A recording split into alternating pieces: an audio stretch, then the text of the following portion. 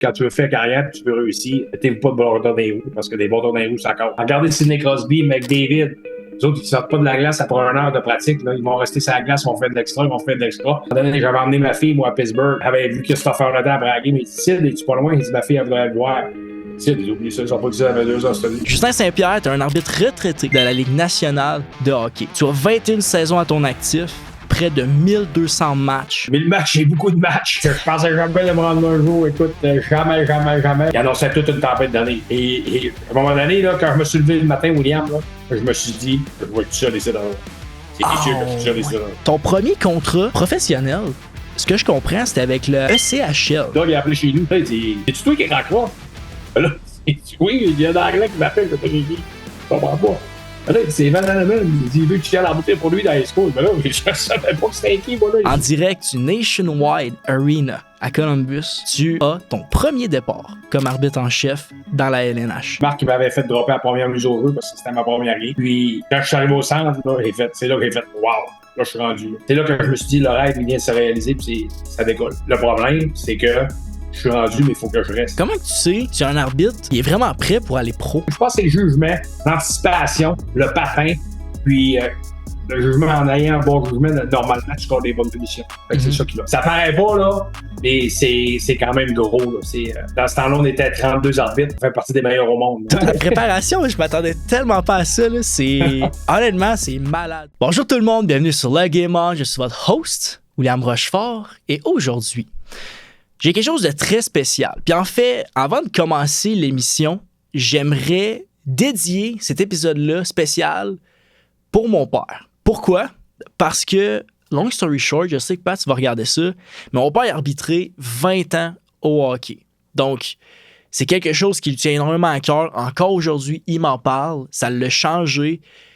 Il voit la game d'une façon que les gens ne le voient pas. Donc, aujourd'hui, il m'a référé à Justin Saint-Pierre, arbitre en chef dans la Ligue nationale de hockey. Merci, Justin, de te prêter au jeu, de venir sur mon podcast, qu'on va parler. C'est quoi la job d'un arbitre? Comment tu vois ça? On va bien sûr parler de ton histoire jusqu'à plus de 1000 matchs dans la NHL. Donc, c'est très apprécié, Justin. Est-ce que tu avais un mot à dire avant qu'on commence ça? Écoute, William, ça me fait plaisir. Écoute, c'est ton père. Je t'avais rencontré avec ton père, Jeff. Ça fait longtemps.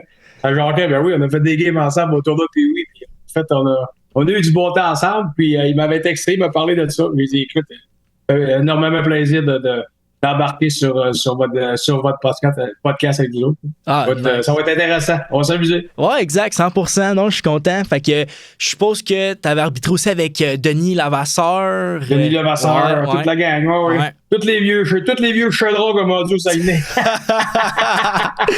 C'est bon, ça. Un gars du lac en plus. Fait qu'on va bien s'entendre. Écoute, je te l'ai dit avant qu'on enregistre, mais pour les auditeurs qui ne savent pas, je suis de Chicoutimi. Donc, je suis un Saguenayen. Fait que c'est le fun qu'on puisse avoir un gars de la région, qu'on puisse jaser. Justin, chaque personne qui vient sur mon podcast, on aura une introduction. Donc, Justin, voici ton intro. Justin Saint-Pierre, tu es un arbitre retraité de la Ligue nationale de hockey. Tu es originaire d'Albanel, au Saguenay-Lac-Saint-Jean. Passionné par le hockey, c'est à 15 ans que tu décides d'enfiler le gilet rayé. Tu vas arbitrer le hockey mineur jusqu'en 1994, où tu vas être sélectionné pour officier les matchs Midget 3A, Junior A, partout au Québec. De 94 à 97, tu es engagé comme arbitre par la Ligue de hockey junior majeur du Québec. Après 3 saisons complètes junior, tu es sélectionné pour 6 saisons dans la ECHL avec 3 coupes Kelly, 1999, 2002 et 2003. En 2003, tu vas aussi signer ton premier contrat avec la Ligue nationale. C'est le 9 novembre 2005. En direct du Nationwide Arena à Columbus, tu as ton premier départ comme arbitre en chef dans la LNH. De 2006 à 2023, tu vas être un arbitre temps plein dans la NLH portant le numéro 12 qu'on peut voir juste derrière toi. Tu as 21 saisons à ton actif, près de 1200 matchs. Tu vas participer à 5 matchs internationaux, un match extérieur, le match des étoiles de 2020 et 8 matchs en séries éliminatoires. Finalement, aujourd'hui, tu es retraité de la LNH. Tu développes les jeunes officiels avec ton école d'arbitrage et tu es superviseur provincial avec Hockey Québec. Justin Saint-Pierre, bienvenue sur le Game On. C'est un plaisir de t'avoir aujourd'hui. J'espère que c'est un bon intro. Je te dirais que il y a tellement d'affaires à parler puis à scruter dans ce que tu as fait. J'espère que j'ai bien couvert du moins le plus important. Faut voir que tu me l'envoies, t'es mieux que moi, tu te rappelles plus des dates que moi. Elle était meilleure quand je l'ai dit, des fois, je me demande ça. Je me rappelle pas trop les dates des années. Hey, c'est compliqué. Oui, je t'ai trouvé excellent. C'est super bon. Ben écoute, ça me ferait plaisir. Bon. Écoute, au pire aller, je t'enverrai mes notes du podcast. Ça me ferait plaisir. Ah, c'est bon ça. Aïe aïe. Ben écoute, quoi de mieux que commencer? À 17 ans, t'avais lancé à un journaliste, je te cite, « Un jour, je vais arbitrer dans le pro. » On dirait que ça a toujours fait partie de toi.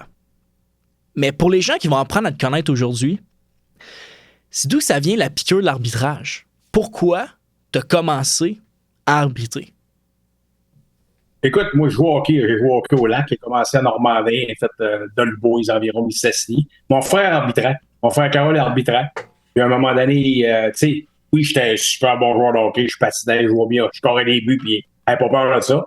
À un moment donné, tu t'aperçois que le physique, quand tu joues au hockey, puis dans le temps, là, ça marchait. Là.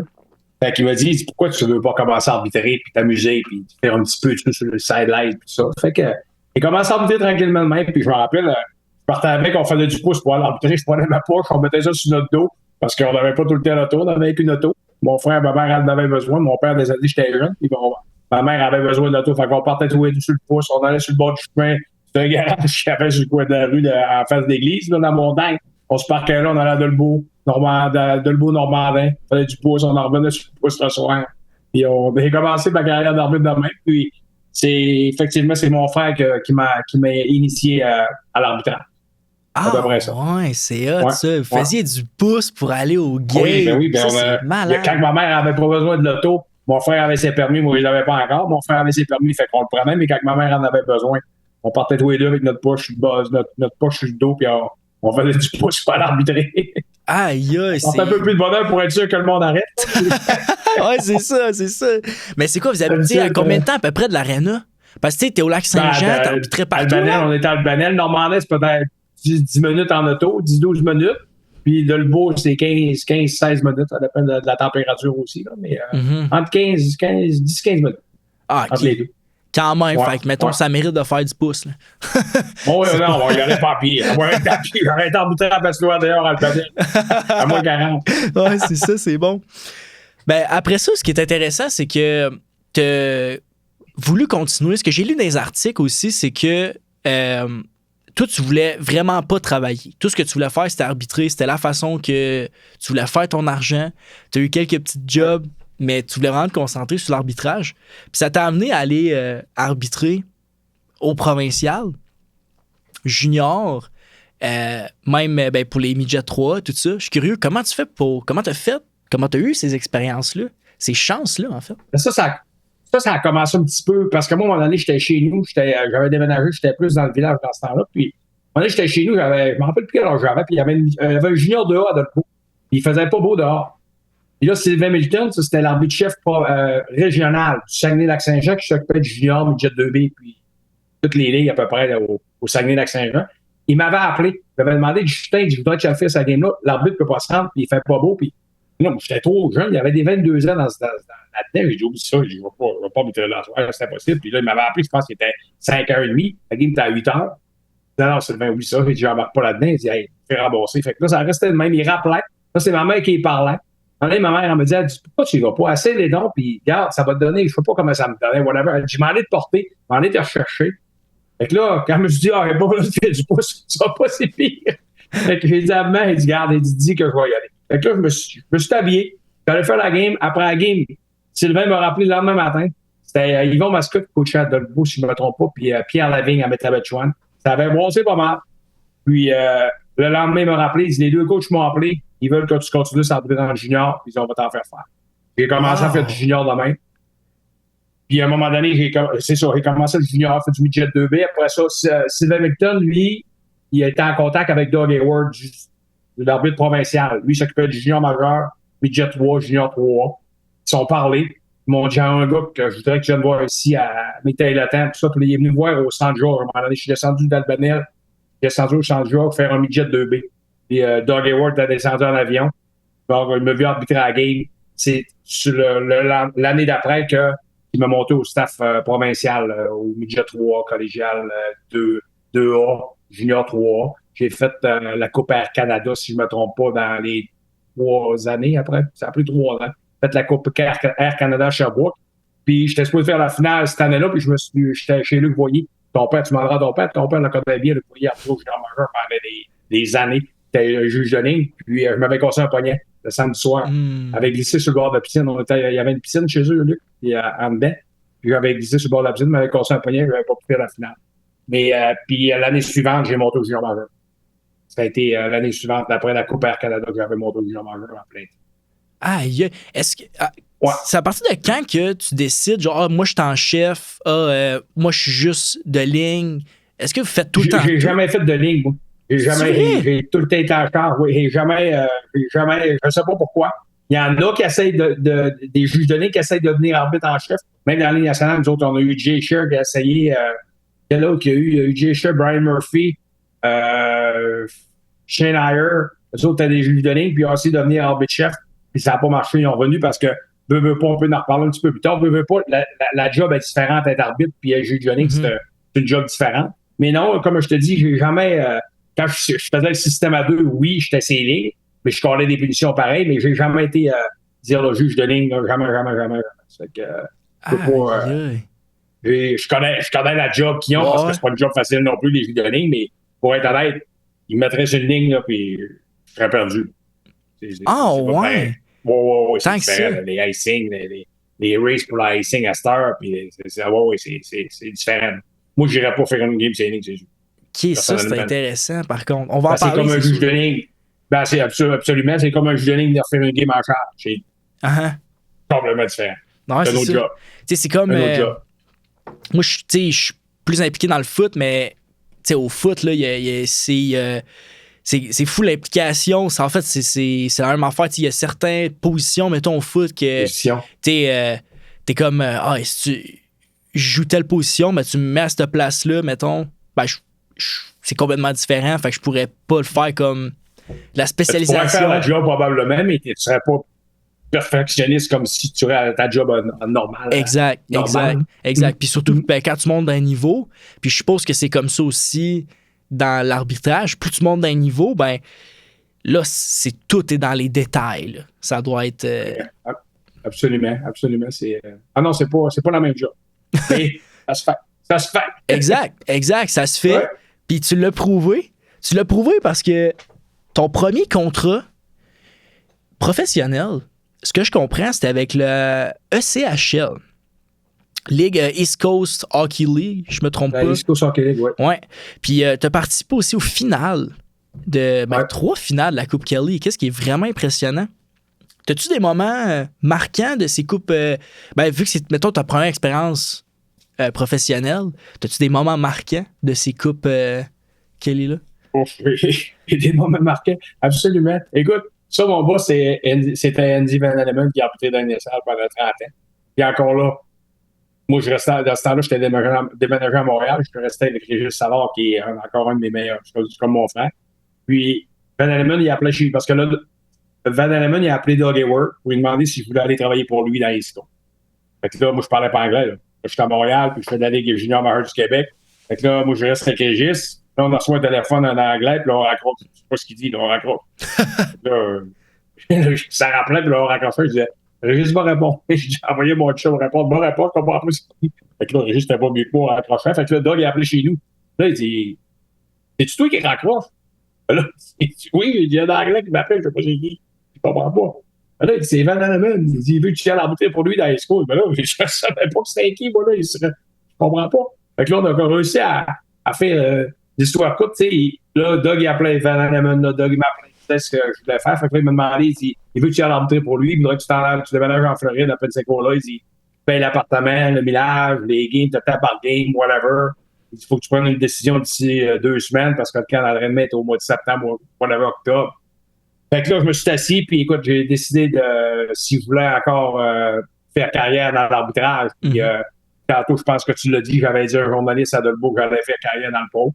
Fait que je pense que c'était la porte, la porte là, elle s'ouvrait, puis je pense qu'il fallait que j'embarque dedans, j'avais pas le choix.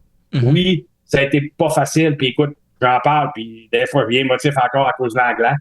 Mais je me suis dit, regarde, il y a des affaires pires que ça dans la vie, je vais l'apprendre, et je me suis ennuyé en salle. C'était une affaire, là. C'était débile. William, je te dis, là, j'étais parti à tous les soirs. Moi, j'avais 24 gars qui me criaient après, ça plus que 24, sont 18 chaque équipe, plus les coachs. Et ça me criait après, puis je comprenais bien. Arrivé le soir à l'hôtel, là, j'avais la tête qui voulait exploser. Je te dis, il y a bien des soirs que je dormais pas à 2-3 heures du matin parce que je relaxe. Mais écoute, encore là, je me suis dit, faut que j'ai pas le choix. Si je veux passer, j'ai pas le choix. À un moment donné, Van Hanneman, il m'a appelé. Là, j'étais parti, j'ai commencé la saison, j'ai fait le camp d'entraînement. Et Van Hanneman m'a appelé, Justin, il dit là, arrête de penser en français. Parce que moi, quand le coach, les joueurs me parlaient, j'essaie de traduire. Je parlais toute la conversation. Il arrête. Tu sais quoi, à un moment donné, ça a comme débloqué. J'ai commencé à rêver en anglais. Puis, ça a comme, ouais, je me suis réveillé un matin, tiens, je rêve en anglais, mais c'est moi qui est en train de me virer fou, je savais pas trop. Fait que, mais ça a débloqué, puis un coup, ça a parti, puis c'est le même ça a décollé. Je suis allé dans les Coast comme ça, puis écoute, j'ai adoré mon expérience, les finales. La finale, oui, on ne savait pas, parce que nous autres, la finale, là, c'était tout que des affaires dans la East Coast à un moment donné, parce que plus il y avait des équipes qui s'éliminaient dans les playoffs, parce que la East Coast, là, il y avait des appartements. On avait une à Pensacola, on avait une à Biloxi au Mississippi, on avait une à Jackson au Mississippi, à New Orleans, puis on avait une à Charlotte. Fait que quand on partait sur la route, à place que les autres payent des hôtels, les autres gars, ils venaient, ils couchaient dans les appartements. Il y avait 5 chambres des appartements. Fait qu'on transférait ça, on lavait le lit quand on partait. Mais quand les équipes s'éliminaient, là, il fallait s'en aller en hôtel parce qu'il n'y avait plus d'appartements. Ils fermaient les appartements des villes pour moins payer. Fait que quand je faisais la finale, à un moment donné, je me suis ramassé avec Brian Graham de North Carolina. Puis on a fait les finales, les demi-finales puis les finales ensemble. On était 2 mois et demi dans une chambre d'hôtel. On changeait une chambre d'hôtel. God. Fait que là, il fallait tout le temps amener notre stock au complet, notre linge au complet. On s'en allait, mettons, c'est Charlotte qui jouait contre Biloxi. On s'en allait à Biloxi pour 2 games. Là, on transférait l'autre bord pour 2 autres. Mais ça a été de même pendant 2 mois et demi. Là. On restait plus dans les appartements, on n'avait plus. Ça, ça a été dur. Faut que tu t'habitues. Après ça, c'est un restaurant. Puis on était 2 par chambre. C'était pas pareil. Tu dors moins, un qui ronfle, l'autre, whatever. Tu sais que ça fait 2 gars notre jambe. Ça pète, ça ronfle, ça fait plus de trucs. Fait que c'est ça qui est. C'est ça a été plus dur un peu, mais mes expériences, ça a été incroyable. J'ai fait la finale à Bruce Boudreau, qui a coaché dans la Ligue nationale longtemps. Je sais pas si ça dit quoi. Lui, il a gagné la Kelly Cup avec moi dans la Ligue américaine. Dans les Coast, il a gagné la Coupe dans la Ligue américaine. Puis je l'ai côtoyé longtemps, Bruce, après ça. C'est toutes des petites affaires dans la main qui étaient plus dures, mais encore là, tu sais, faut que, quand tu veux réussir dans la vie, il faut que tu fasses des sacrifices, puis j'avais pas le choix de le faire. Puis je me lamente pas quand je te dis ça. Il y a des affaires qui ont été plus difficiles que d'autres, mais ouais, en réalité, là, tout ce que j'ai fait, j'ai adoré ma carrière dans le travail. C'était, je ne vais pas demander mieux que ça. À peu près ça dans les Coast. Est-ce que tu dirais que ça a été un des moments les plus durs, justement, dans ta carrière? Le fait de... Absolument. Ouais. Absolument, sans hésiter à 200%. Absolument, parce que là, c'était comme un départ. C'était, tu sais, le départ, point de vue game de hockey, là, c'était pas dur, c'était facile parce que, tu sais, puis je veux pas me lancer sur un piédestal. Je savais que j'étais capable de réussir. Mais juste l'histoire d'anglais, là, ça m'a bloqué parce que moi, à un moment donné, j'avais rencontré Brian Lewis d'un aréna de la East Coast. Ça fait longtemps qu'il s'occupait des arbitres de naissance. Il m'avait dit, oui, là, il dit, si t'aurais parlé en anglais, là, ça ferait longtemps que tu serais dans le pro. Il me l'avait dit ouais. Il m'avait dit ça après une game. Ouais. Il me l'avait dit en plein dans la face. Il dit, si t'avais parlé l'anglais, ça fait longtemps. Parce que moi, j'avais été traîné à un moment donné de la Ligue nationale. Puis, je parlais pas l'anglais. J'en ai fait 2 ans, puis ça débloquait pas. Et après ça, il avait relâché le programme parce que j'étais pas capable. Puis, il disait, tu peux pas communiquer. J'étais pas capable de communiquer. Fait que rendu là, à un moment donné, il faut que la communication embarque. Mais tu sais quoi? Puis, j'ai eu ma chance. Puis je l'ai pas manqué. Van Hanneman était plus patient un petit peu que les autres gars avant. Puis Van Hanneman, c'était ce gars-là. Là. Puis quand j'ai signé mon premier contrat, c'était plus lui qui était mon premier contrat, c'est lui il m'a signé en 2005, puis en 2003. En 2005, excuse, c'est Stéphane Walker qui m'a signé. C'est la première personne que j'avais appelé pour lui dire que j'avais signé à plein temps. Puis, quand j'ai fait ma millième game, c'était la première personne à qui j'ai téléphoné aussi. Et il dit, si je suis rendu là, Van, il dit, c'est à cause de toi. Je te dis, il était tellement content que je l'appelle, puis on a parlé quasiment des heures ensemble, puis on a jasé de tout et rien, puis il dit, tu peux pas croire, je sais que tu t'es rendu là. Il dit, je me rappelle quand tu as commencé. Il dit. Puis quand j'ai été trainee, là, j'avais été stand-by une game à Toronto, puis c'était Van Alleman qui était là avec Brian Murphy. Puis il m'en avait parlé de ça. Il dit, t'en rappelles-tu quand je t'avais emmené à Toronto? Il dit, je m'en rappelle sorti, j'étais assis derrière, je comprenais rien, c'est boutiquiers. Il a dit qu'il riait de bruit, ça. Puis Murph, j'ai reparlé il y a 2 semaines, il dit, je textais, je peux pas quoi. Il dit, on se texte, il dit, ça fait 2 ans que t'es arrêté, 2 ans, 3 ans. Puis il dit, tu me textes, puis il dit, hey, tu disais pas un mot en anglais dans le texte quand t'étais venu à Toronto avec Van. Je capote, il dit, c'est des bulles pareilles, c'est toutes des petites affaires qu'on en revient en arrière, puis c'est ça, je pense que le plus dur, c'était ça, c'était le langage. Puis un coup que ça a été, le langage a été passé, là, ça a été comme des petits péchos, c'était le fun. Il n'y avait plus de pression, puis je m'amusais, puis j'avais hâte qu'elle arrive ici au début de l'été, j'avais hâte que l'été finisse pour partir à l'arbitré, puis en ce moment, je m'entraînais pendant l'été aussi, là, pendant l'été, mais c'est toutes des petites affaires que j'ai trouvées dures. C'était plus le langage. Mm-hmm. Ouais, c'est fou comme quoi qu'il faut pas se mettre de limites. Hein? Absolument. Ça, absolument. J'aurais pu lâcher et dire tout bad, je m'en vais pas là, ça fait pas. Et à un moment donné, tu sais, quand tu veux faire carrière, tu veux réussir. Puis je le dis aux jeunes, je fais des conférences, tout ça, je fais des affaires, je le dis aux jeunes, j'ai dit, mettez-vous pas de bordons dans les roues, parce que des bordons dans les roues, ça casse. Les miens ont passé, puis j'ai réussi. Mm-hmm. Fait que c'est les mains, ça marche. Non, c'est bon, ça. Hein, mettez-vous pas des bâtons dans les roues. C'est pas pire, ça. Hein?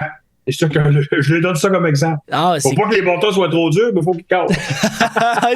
c'est ça. Mettez des bâtons de popsicle. Mais c'est intéressant que tu me dises ça. Tu as parlé aussi de camp d'entraînement. Je suis curieux, tu sais, ça, j'étais pas au courant. En fait, j'ai l'impression que c'est des choses qui sont quand même gardées assez, pas secret, mais si t'es pas dans l'environnement mettons, de l'arbitrage professionnel, tu le sais pas. Vous avez vraiment des camps d'entraînement qui vous préparent. Dans tous, là. Dans toutes les ligues. Moi, j'ai fait des camps d'entraînement au midget 3, junior majeur, East Coast, de la Ligue nationale. On fait des camps d'entraînement tous les années. Puis la Ligue nationale, quand la saison finit notre saison, on a reçu une lettre de notre trainer Dave Smith, les arbitres, là, c'est plus Dave qui est là. Il nous envoie une lettre, on voudrait t'avoir l'année prochaine à tel poids, tel pourcentage de gras, parce qu'on fait le VE2 max, on fait le weight gate, on fait il y a pas le bip, on veut faire le bip sur patin ou en espadrille, en course. Puis après ça, on fait chin-up, set-up, chin-up. Après ça, quelle affaire qu'on fait? On fait le saut en longueur, le saut en hauteur. Le saut en hauteur, il y a une battante en haut. Là. Puis après ça, on fait des agilités. Puis c'est les tests physiques. Après ça, on a des tests, les prises de sang. On voit tous les cardiologues, on voit les docteurs pour les genoux, les hanches. On fait à peu près une série de 10-15 docteurs. On fait tout ça au camp d'entraînement de la Ligue nationale. La East Coast, c'est un petit peu moins gros. On fait des courses sur patin. On fait des 3 tours sur patin. Après ça, on fait pas de tests physiques. Mais la Ligue junior majeure, on fait la même affaire. Les tests physiques sont là. Les choix progressivement assis. Après ça, on fait le course le 2000, je pense qu'ils font, si je ne me trompe pas. Puis, il y a des choses sur le 3 tours sur patin. Tu vas sur la glace, tu fais 3 tours en le moins de temps, le plus vite possible. Mm-hmm. Des camps tous les années. Ouais. Ça, c'est intéressant. Est-ce que t'es là, t'as des standards, je suppose, à respecter? Fait que, mettons, si tu fais le camp d'entraînement dans NHL, mettons, là, puis si t'es invité au camp, est-ce que t'es sûr d'être arbitre ou si t'es invité au camp, tu peux être coupé quand même? Oui, t'es sûr d'être arbitre, mais faut que tu t'organises pour arriver en fond. Tu peux pas arriver là. C'est ça. T'es un pro au bout du compte. C'est ça. Tu peux pas.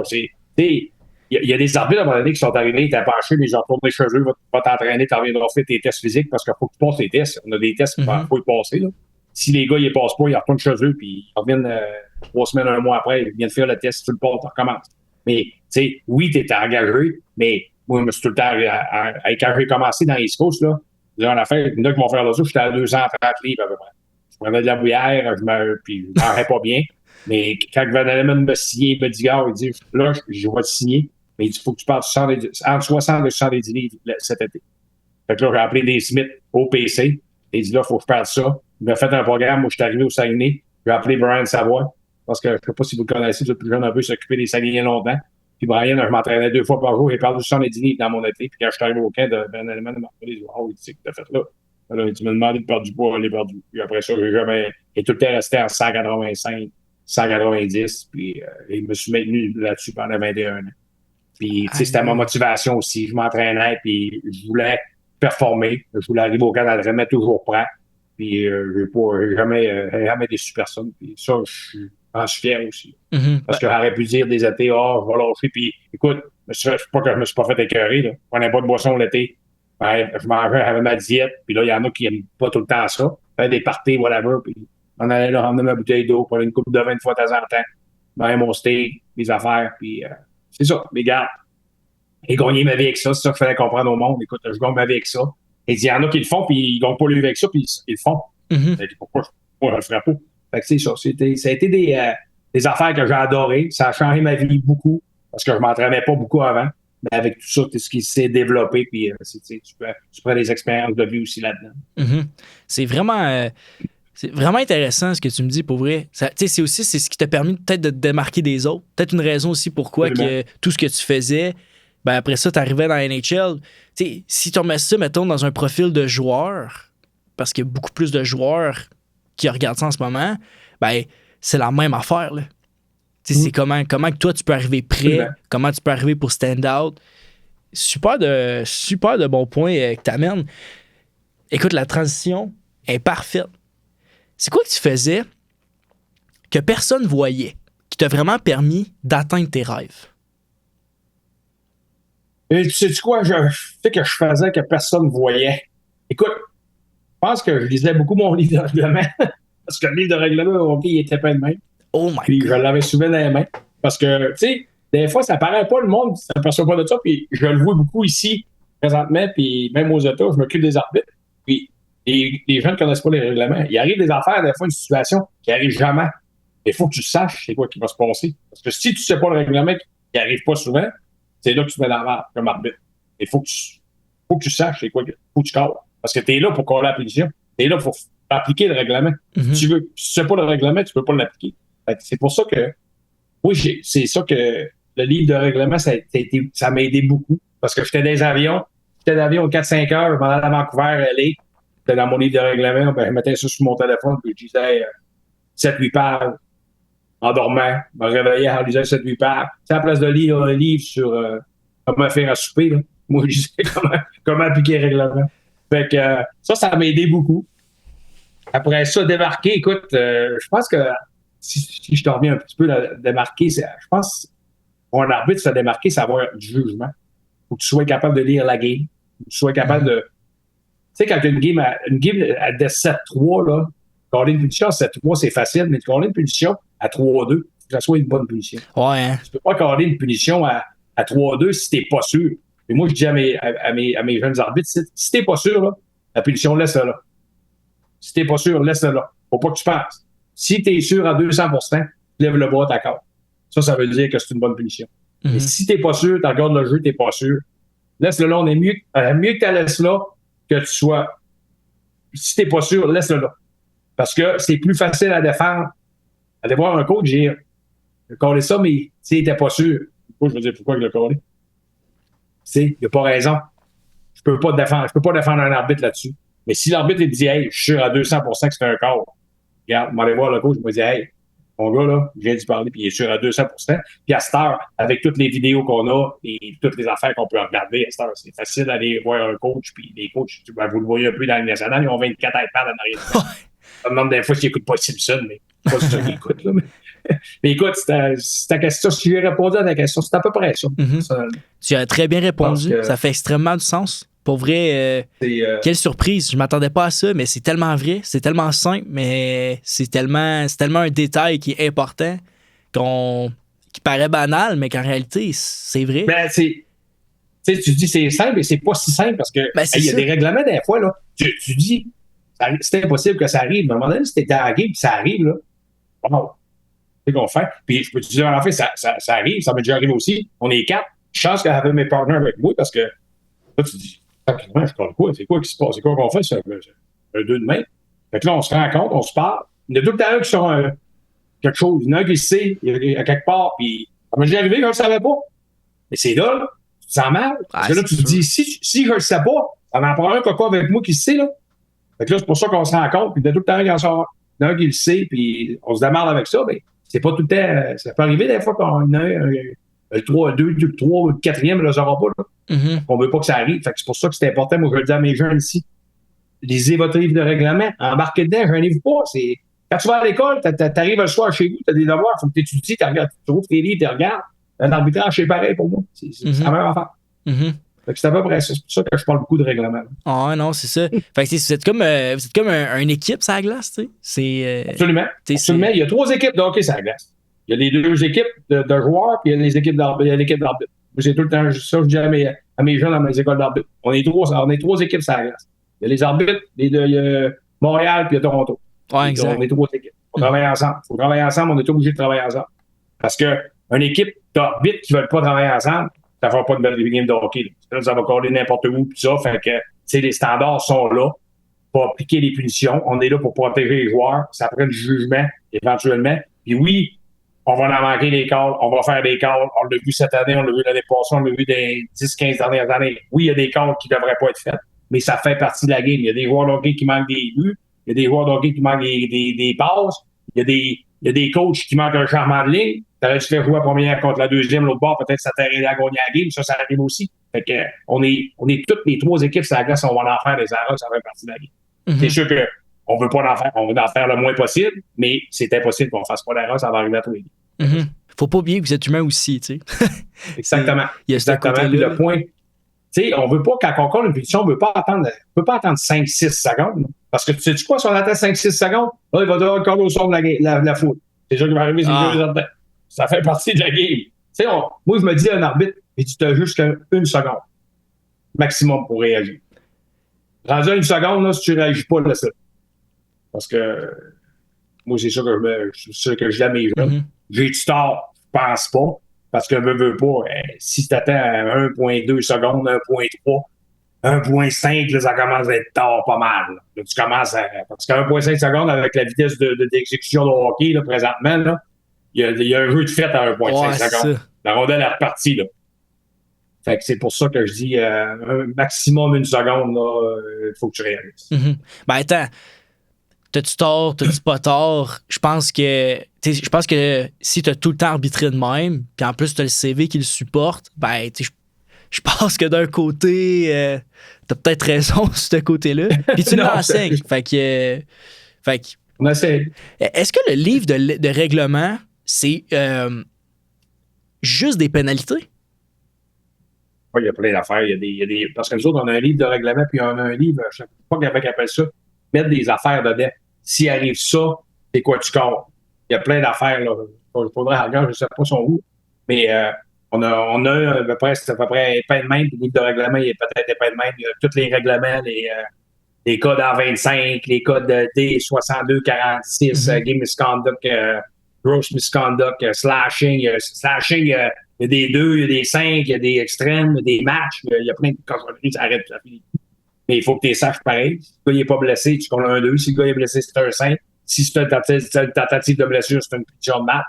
C'est toutes les affaires, il faut que tu saches aussi. Là. C'est pas évident, mais encore là, puis, tu sais, je vais en parler encore des vidéos. À cette heure, on a le tour, ce qu'on peut prendre. On peut coller un 5. Si on n'est pas sûr, tu colles un 5. Prends l'iPad, tu vas voir le jeu. Ouais, ça mérite un 5, ça. Fait qu'on garde le 5. S'il ne mérite pas le 5, on donne le 2. S'il ne mérite pas le 2, tu l'enlèves au complet. Puis je pense que c'est bon pour la game parce qu'on ne fait pas des calls à moitié. Mais on ne veut pas se servir tout le temps du iPad. Éventuellement, on ne veut pas rien que se servir de ça parce qu'à un moment donné, ça vient que c'est rough aussi. Non, exact. On veut faire le call live. Puis c'est le même qu'on y va pour les arbitres. Mm-hmm. Pourquoi tu t'arbitrais? Pourquoi l'arbitrage? C'est quoi ton fameux why? Écoute, l'arbitrage, je pense que c'est la passion du hockey. Comme je disais un peu au début, j'ai joué, puis je savais que je n'étais pas en faire carrière. J'ai tout le temps capoté sur le hockey. Je jouais au hockey dans la rue chez nous, j'avais 7 ans, puis après l'école, je faisais mes devoirs, j'allais jouer dehors jusqu'à 8-9 ans, puis ça a tout le temps été mon rêve. Puis, écoute, quand mon frère m'a initié à l'arbitrage, j'ai été encore, wow, je capotais, jamais ça arbitrer, jamais ça. À un moment donné, j'avais fait un tournoi à Delbout, il y avait 2 arénas, j'avais fait 12 games dans ma journée. Je traversais l'aréna. Delbout, c'était comme 2 petits pas à traverser. Fait que je faisais une game à Delbout, je mettais mes protèges là, mon frère était portant du Sesti, je faisais 2 games là. En traversant sur le bord, j'avais parlé de mes protèges la journée. J'avais fait 12 games dans ma journée. Mais écoute, j'en mangeais. Puis encore là, j'en reviens encore à mes jeunes, que je parle aux jeunes. Plus tu vas faire de hockey dans la vie, plus tu vas arbitrer des games de hockey, meilleur tu vas être. Tu vas apprendre encore plus vite, tu vas apprendre sur le champ. Tu veux être bon, il faut que tu en fasses. Regardez Sidney Crosby, McDavid. Les autres, ils ne sortent pas de la glace après 1 heure de pratique. Là. Ils vont rester sur la glace, ils vont faire de l'extra, ils vont faire de l'extra. À un moment donné, j'avais emmené ma fille, moi, à Pittsburgh, ma petite fille, puis elle voulait voir Sidney Crosby après la game. Et on va essayer de le voir, mais je te garantis rien, t'es jeune dans la vie. Fait que, avait vu que Christopher le temps après la game, il dit, Sid, es-tu pas loin? Il dit, ma fille, elle voudrait le voir.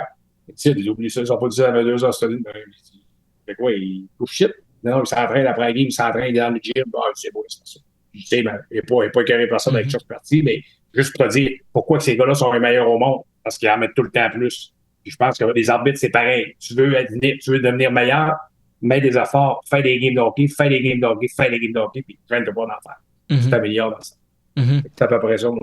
C'est pour ça que je pense que plus tu fais du hockey, meilleur tu t'es. Mais éventuellement, il faut que tu aies la passion. Là, tu veux pas aller faire des games juste pour dire, oh, je vais aller faire une game de hockey, j'ai rien à faire. Il faut que tu y ailles parce que ça te tente. Tant qu'à aller faire une game de hockey, si ça te tente pas chez vous, je dis pas. Mais moi, là, j'ai jamais dit non. Puis écoute, j'en ai fait du hockey, le mineur, puis la nationale, on en a fait, puis dans la East Coast, puis moi, je disais à Van Allen, demoiselle des games. Parce que si j'arbitrais pas, je m'ennuyais. Fait que quand j'arbitrais, je m'ennuyais. Fait qu'en faisant. Comme ça. Tu sais, il y a rien. Ouais, exact. Ça, faut jamais l'oublier. Il faut vraiment. Ça, c'est vrai. On l'oubliait, tu sais.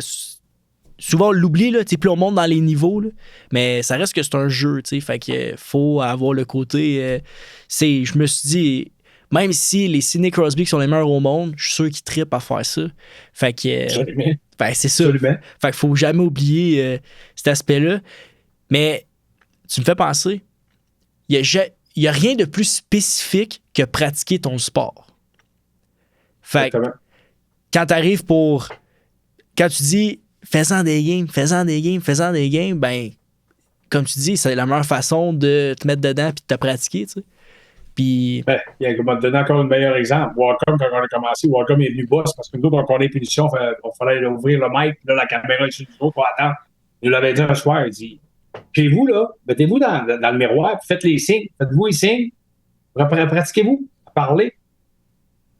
22 Montreal, 22 2 minutes for roughing, faites-les. Ça va vous aider à la caméra parce que il y en a qui étaient mal. Moi, j'étais pas à mon 100% à l'aise dans ça. Il y en a bien des gars, je pourrais nommer plein de gars qui sont pas à l'aise là-dedans, mais à force de le faire, tu le fais dans le miroir, tu te pratiques, tu te vois réagir, tu te vois comment tu le fais, puis tu arrives dans la caméra, ça se fait naturel à cette heure, puis ça l'aide aussi. Tu sais, c'est pas des grosses affaires, c'est juste des petites affaires qu'il nous a dit, puis à force de le faire, là, on est venu meilleur. C'était plus facile pour les caméramans aussi.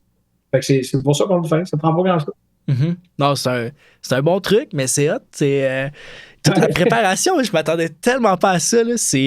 Honnêtement, c'est malade pour vrai. Genre, c'est vraiment un autre niveau. C'est vraiment du professionnel. J'ai rien d'autre à rajouter plus que ça.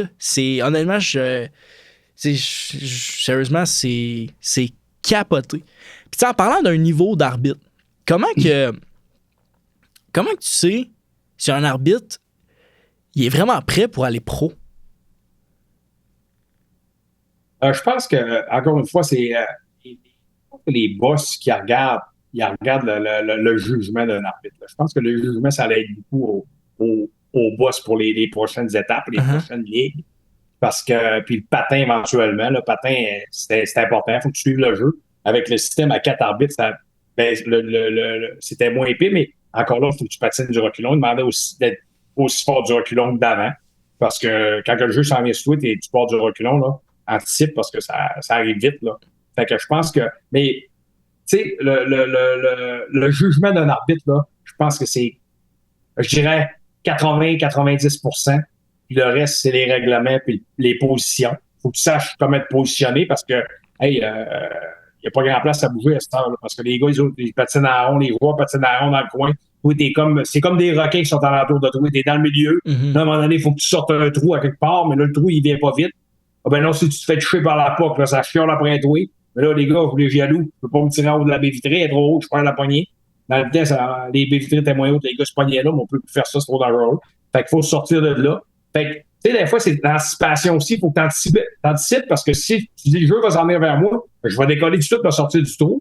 Fait que là, on décolle. Mais c'est toutes des petites affaires en main. Je pense que c'est le jugement, l'anticipation, le patin, puis le jugement en ayant un bon jugement, normalement, tu scores des bonnes punitions. Fait que c'est ça qui va. Moi, je pense que c'est à peu près ça, là, pour faire un bon arbitre, pour te sortir des ligues plus basses puis monter à un niveau supérieur. Puis encore là, je vais te dire que Van Alleman m'avait tout le temps dit, quand j'arbitrais pour lui dans East Coast, si t'es capable de faire une finale dans East Coast, t'es capable d'arbitrer dans les à 200%. Sans aucun problème. Il m'avait dit ça. Wow! Ouais, c'est ça qu'il m'avait dit, parce que dans East Coast, ça brosse en salle. Ah ouais, tant que ça? Je sais pas, toi, tu dois pas le connaître, des choses que oui, à Philadelphie, c'est un gros batailleur, lui, il coachait à Bateau Rouge, quand il arbitrait là-dedans, puis il était parti après moi sur la glace. Hein? J'avais un peu dans la salle. Mais je savais qu'il allait pas me pogner parce que j'étais en patin, puis lui, il t'en avait puis ses souliers, là. Puis après ça, j'étais parti dans la chambre, il avait dit au gars, bon, à la porte, c'est sûr, ça vient ici, il m'arrache la tête. À un moment donné, le gars de sécurité, il cogne à la porte, il dit, hey, dis il doit te parler. Il dit, là, il va me pogner, c'est sûr, je peux plus courir, je peux plus patiner. Non, il dit, viens que t'as choisi, puis là, il est arrivé, puis il est parti à la vie. J'étais super, il m'a dit, tu me tuais. Là, il dit, je vais réveiller mes gars. Voyons, réveille-toi là. Il dit, donne des coups de bâton dans la tête. Là, on a ri, puis c'était un super de bon monsieur, il était drôle, puis on a ri de ça. Ah oui, il était parti après moi. Aïe. Il y a quand même un bon respect, hein, ce que je comprends, là, tu sais, entre le staff et... On a tout le temps une couple de gars par équipe. Un coach tout le temps qui est plus tannant que les autres, puis tout ça, mais normalement, les gars, on se respecte tous, puis on fait des games de hockey, pendant la game, ça fait partie de la game, il y a des joueurs qui nous envoient, puis on les voit après la game, si on les voit. Après, les autres, quand ils se parquent à l'aréna, ils se parquent en dessous où on sort, puis ça, l'autobus, un parc là, ils passent la sécurité, puis s'en aller à l'aéroport, là.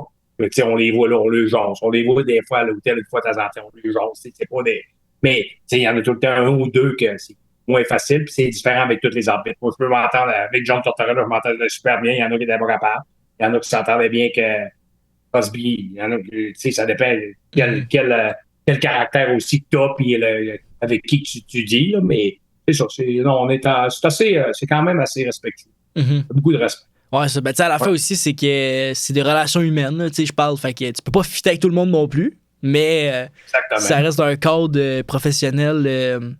Puis, j'aime aussi, c'est que si tu t'entends pas avec quelqu'un, tu es capable d'aller voir et parler parce qu'on les voit souvent, on les voit pas une fois dans l'année, 4-5 fois dans l'année, puis s'il y a un petit crochet quelque part qui accroche tout le temps, tu veux le régler avec ça soit tout le temps la même affaire, tu vas le voir, c'est quoi qui se passe, c'est quoi qui... Parce que moi, quand j'ai commencé, j'avais... Wilson qui coachait à San Jose, puis à 3 fois à l'arbitre là, c'était tout le temps. À un moment donné, mon boss avait dit, va le voir, va dans le bureau, va le voir. Je suis allé le voir, il dit, Ron, c'est quoi qui se passe? Il dit, là, 3 fois, je t'avoue, c'est la route, il y a quelque chose. Il dit, t'es-tu à ça, ben, il dit, t'es un nouveau, puis je t'essaie. Ben là, il dit, à partir de là, il faudrait que t'arrêtes, parce que je commence à être écœuré. Il dit, à un moment donné, là, il dit, ça fait même 4 ans, là. À un moment donné, j'ai donné un 2 de bec, ça a été fini. Ça a été fini, je n'ai plus entendu parler. À Washington, il dit, j'aurais dû te le donner ma première année. Non, c'est ça, c'est ça, ça a été fini. Puis, c'était des affaires, des fois, il faut régler, il faut parler. Puis, en communiquant, la communication, à cette heure, en 2026, ça règle 90% de ta game de hockey en communication. C'est ça qui demande. Je t'entends parler, puis avec toutes les skills que les arbitres doivent avoir, je pense que moi, ce que je vois, c'est qu'un arbitre doit avoir une vision du jeu qui doit être quand même hors pair. Tu sais, souvent, on parle des joueurs, faut que tu aies du IQ, faut que tu aies du hockey sense, tout ça. Mais vous autres, vous doivez être dans le tapis, man. Vous devez voir des affaires, là, comme... Tu sais, je parle pour anticiper la game, pour voir ces choses-là. C'est des choses que c'est inné ou c'est parce que, justement, tu dis, tu sais, avec les niveaux, ça se développe, puis à un moment donné, je sais pas, tu deviens meilleur. Je pense que plus tu montes dans le hockey, plus c'est facile à arbitrer. Écoute, comme je te disais tantôt, la Ligue junior, c'est correct, c'est bon. Mais plus ça monte, plus c'est facile. Puis, oui, la vision du jeu, il faut que tu l'aies, mais le monde pense que parce qu'on est plus proche du jeu, on va voir meilleure la punition, c'est pas vrai, parce que plus tu t'approches, plus ta vision sur le jeu abaisse. Oui, des fois, vous allez voir l'arbitre qui va être dans le coin, il va rester loin un petit peu, il va regarder parce que plus tu recules, plus la vision est élargie. Plus tu avances, plus elle rapetisse. Fait que quand on rentre au but, il y a un lancer au but, le goaler, il cherche le puck. Nous autres, on cherche à rentrer parce que là c'est le temps qu'on rentre parce que la rondelle, elle ne bougera plus. Mais aussitôt que la rondelle va ressortir, vous regardez, l'arbitre va reculer pour que sa vision régrandisse. Tu sais, c'est toutes des petites affaires que c'est important à savoir parce qu'au début, là, moi, je me disais tout le temps, il faut que je sois proche du jeu, au contraire. Plus je me mettais proche du jeu, plus je manquais de décision, de punition parce que je ne les voyais pas, j'étais trop proche.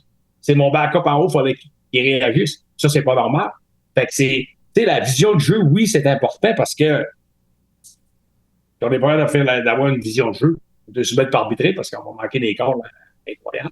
C'est pour ça, c'est un point que je dis à mes jeunes aussi parce que au début, quand Steven avait commencé, lui, il voulait pas qu'on embarque trop, il voulait qu'on reste en arrière, puis on se disait, mais pourquoi?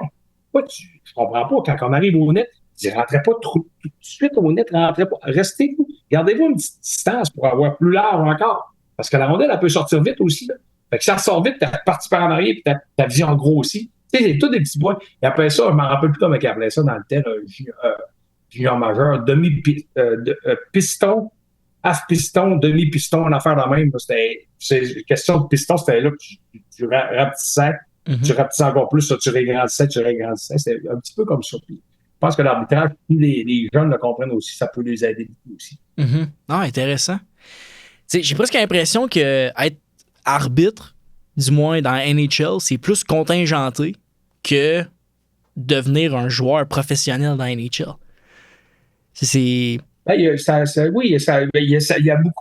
Ça pousse beaucoup. Ça pousse beaucoup, mais c'est pas évident parce que les carrières sont plus longues un peu que les joueurs. Nous autres, comme là, j'ai 54, j'aurais pu m'arrêter cette année. J'ai pu m'arrêter à cause du nous, mais écoute, mais oui, ça pousse, ça m'apprend. On n'a pas le choix. On essaie d'en former nous autres le plus possible ici, et on veut qu'ils montent, on veut qu'ils performent pour essayer d'accéder au niveau supérieur. C'est important. T'sais, on commence avec, moi je suis supervise dans le midget 3 collégial, puis junior 3 là, puis c'est ça que mon but, j'essaie de pousser des jeunes. En ici, on a une coupe au Saguenay qui essaie de pousser, puis il va en avoir des bons. Mais rendu là, à un moment donné, oui, tu peux les pousser, mais à un moment donné, il faut qu'ils fassent le travail tout seul aux autres aussi. Il faut qu'ils embarquent, puis dans la game, puis regarde, moi je te pousse, là, mais le reste, c'est toi, il faut qu'il embarque là-dedans. 100%. 100%. J'ai pu comprendre tantôt que c'était vraiment ton mentor, Doug Hayward, qui t'a vraiment ouvert la porte à la NHL. Tu m'as parlé aussi que j'ai oublié son nom de l'autre arbitre. Je suis curieux. Un élément peut-être? Ouais, l'arbitre qui t'a appelé pour justement te monter. Un élément, ouais. Je suis curieux de savoir comment que. Je sais qu'il te voulait. Il voulait te signer un contrat. C'est quoi l'histoire derrière? Finalement, j'ai réussi à signer mon contrat dans NHL. Écoute, quand j'ai signé, là, c'est Van Alleman qui m'a appelé. Lui, il appelle ça Minor League Contract. Tu sais, Minor League Contract, c'est en 2003. Puis, il m'avait appelé, il dit, c'est là que je t'ai dit qu'il m'avait dit, je vais te signer si tu perds du poids.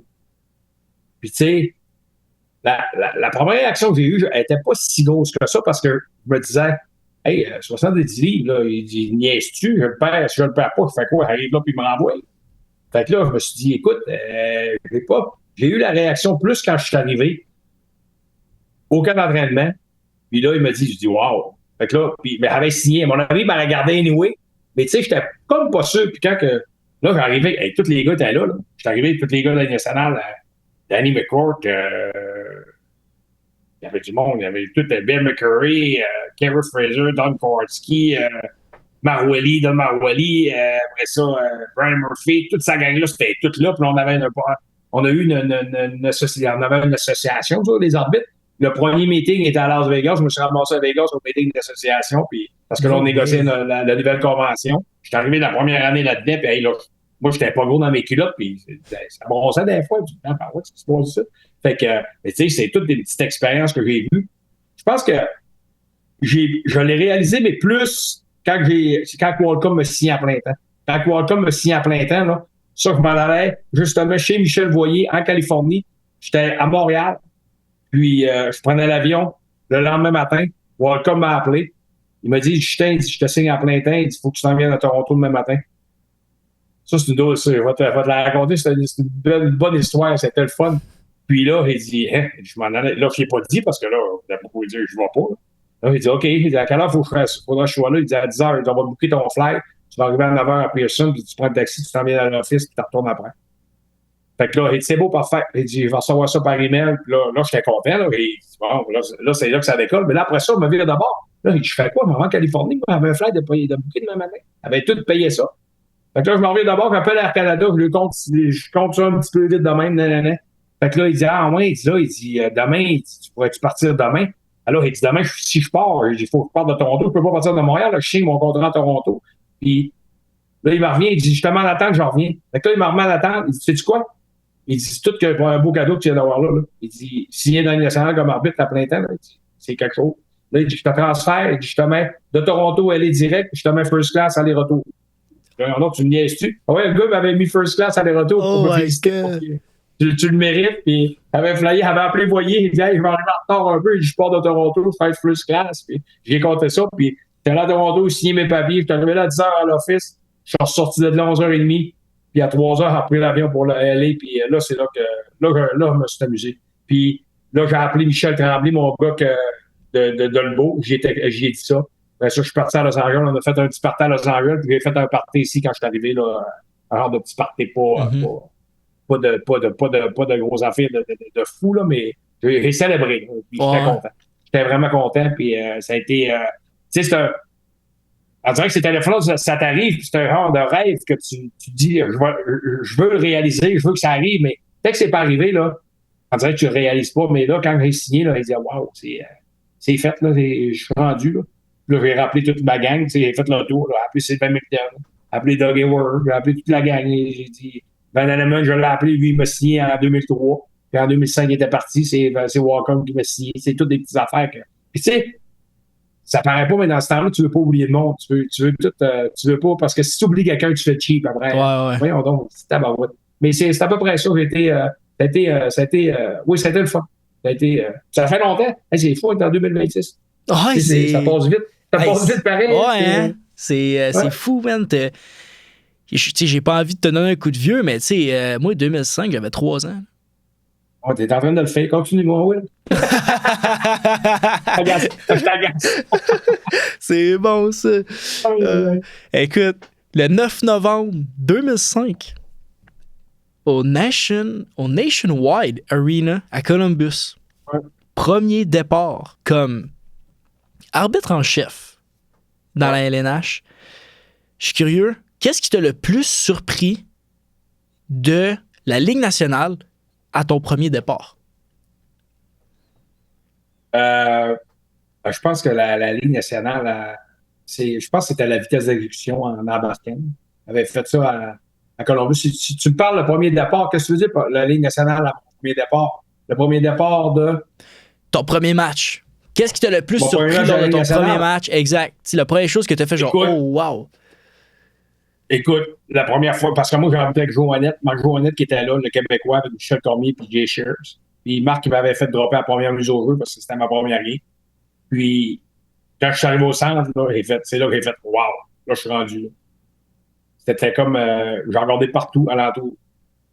Puis je me suis dit, c'est là que ça se passe, ça commence. C'est là que je me suis dit, le rêve il vient de se réaliser, puis ça décolle. Mm-hmm. Tu sais, ça paraît pas, là, mais c'est quand même gros, là. Puis tu sais, dans ce temps-là, on était 32 arbitres. On était 32, on fait partie des meilleurs au monde. On n'est pas juste US-Canada, on fait partie des meilleurs au monde. Puis c'est ça que je me suis dit, je suis rendu, puis le problème, c'est que je suis rendu, mais il faut que je reste. Ouais. Fait que faut que tu continues. Ça, c'est un petit message que je lance aux gens. T'es rendu, là, il reste encore bien du travail à faire. Faut que tu travailles pour rester aussi, là. Parce que tous les arbitres, on n'a pas des contrats de 5 ans puis 6 ans, là. C'est par année. Puis tu peux connaître une mauvaise saison, puis l'année d'après, ça peut arriver que tu fasses bye-bye, c'est déjà arrivé, ça. Fait que quand j'ai signé ce contrat-là, c'est déjà, je me suis dit, regarde, là, je suis rendu, oui, c'est beau, je peux m'amuser un peu, mais il faut que je continue de travailler aussi fort que j'ai fait pour me rendre là. Puis c'est comme ça que ça a décollé. Puis j'ai été à Columbus, je peux te raconter une petite histoire. À un moment donné, quand ils m'ont signé à plein temps, ils m'ont dit que j'allais déménager à Columbus. Fait que moi, Marc Denis, je jouais à Columbus dans ce temps-là. Puis je restais à Cincinnati avec je déménage. Il avait appelé Marc, il dit, je m'en vais à Columbus. Il dit, j'aimerais ça aller visiter un peu. Tu veux aller souper? Fait qu'on est allé souper. Puis un soir, on était au bar Louis. Puis là, je regarde un peu, puis il y a un gars qui se lève. Il y avait 2 filles qui arrivent. Il donne un bec chaque bord aux 2 filles. Il dit à Marc, il dit, hey, c'est un gars de Montréal, je check bien ça. Moi, j'allais m'aller chercher un appartement. Fait que là, il dit, c'est un gars de Montréal, c'est pourquoi tu dis ça? Ben, il a donné au bec chaque bord aux 2 filles. C'est 2 jours. Il dit, voyons donc. Fait que là, moi, je me lève, pas correct. Je me lève, va voir. Il dit, hey, tu es d'où, toi? Hey, comment ça, tu parles français, tu fais ici? Ben, il dit, en tout cas, il compte c'est mon histoire, puis tout ça un peu. Il dit, hein, voyons donc. Ben, c'est ça, je suis venu chercher un appartement. Puis tu dis, ah ouais, il était chez nous. Il dit, j'ai une chambre chez nous, moi, j'ai une grosse maison, je reste tout ça. C'est un gars de Montréal, Éric Foilieu. Fait que là, il dit, ben oui, il était chez nous. Il dit, tu me niaises-tu? Là, il dit, on vient de se connaître. Tu veux que ça fasse? On va se connaître. Puis il dit, sais-tu quoi? Je suis rendu le parrain de son garçon. Son garçon, oui. C'est hot, ça. Dominique, il a 10 ans, 11 ans, puis je suis le parrain depuis ce temps-là. Puis à un moment donné, il s'est refait une blonde, puis j'ai resté là 5 ans. Quand j'ai fait ma première game, il y avait une grosse maison, on était 24 dans la maison. Je fais 24 dans la maison, le reste sont allés à l'hôtel. On s'avait tous mis des lits partout, des matelas soufflés, puis ça couchait partout. Il y avait du monde de ma famille qui sont venus, toute ma famille était venue, mes amis, puis c'était 28, je pense, 28, 29 à Columbus ce soir-là, puis on a tout couché là, puis on a eu du fun. C'est là que ça a commencé avec Éric. Ouais, c'est une petite anecdote que je voulais te conter. Ça a été ma première game à Columbus. Aïe, ouais. Ça c'est malade, sérieusement. Méchant d'adon, man. Tu rencontres un gars de Montréal. Ah oui, je l'ai vu qui était français, juste à la façon qu'il a donné le bec, parce que nous autres, les Québécois, on donne des becs chaque bord. Fait que c'est pour ça que j'ai dit à Marc, c'est sûr, c'est un Québécois.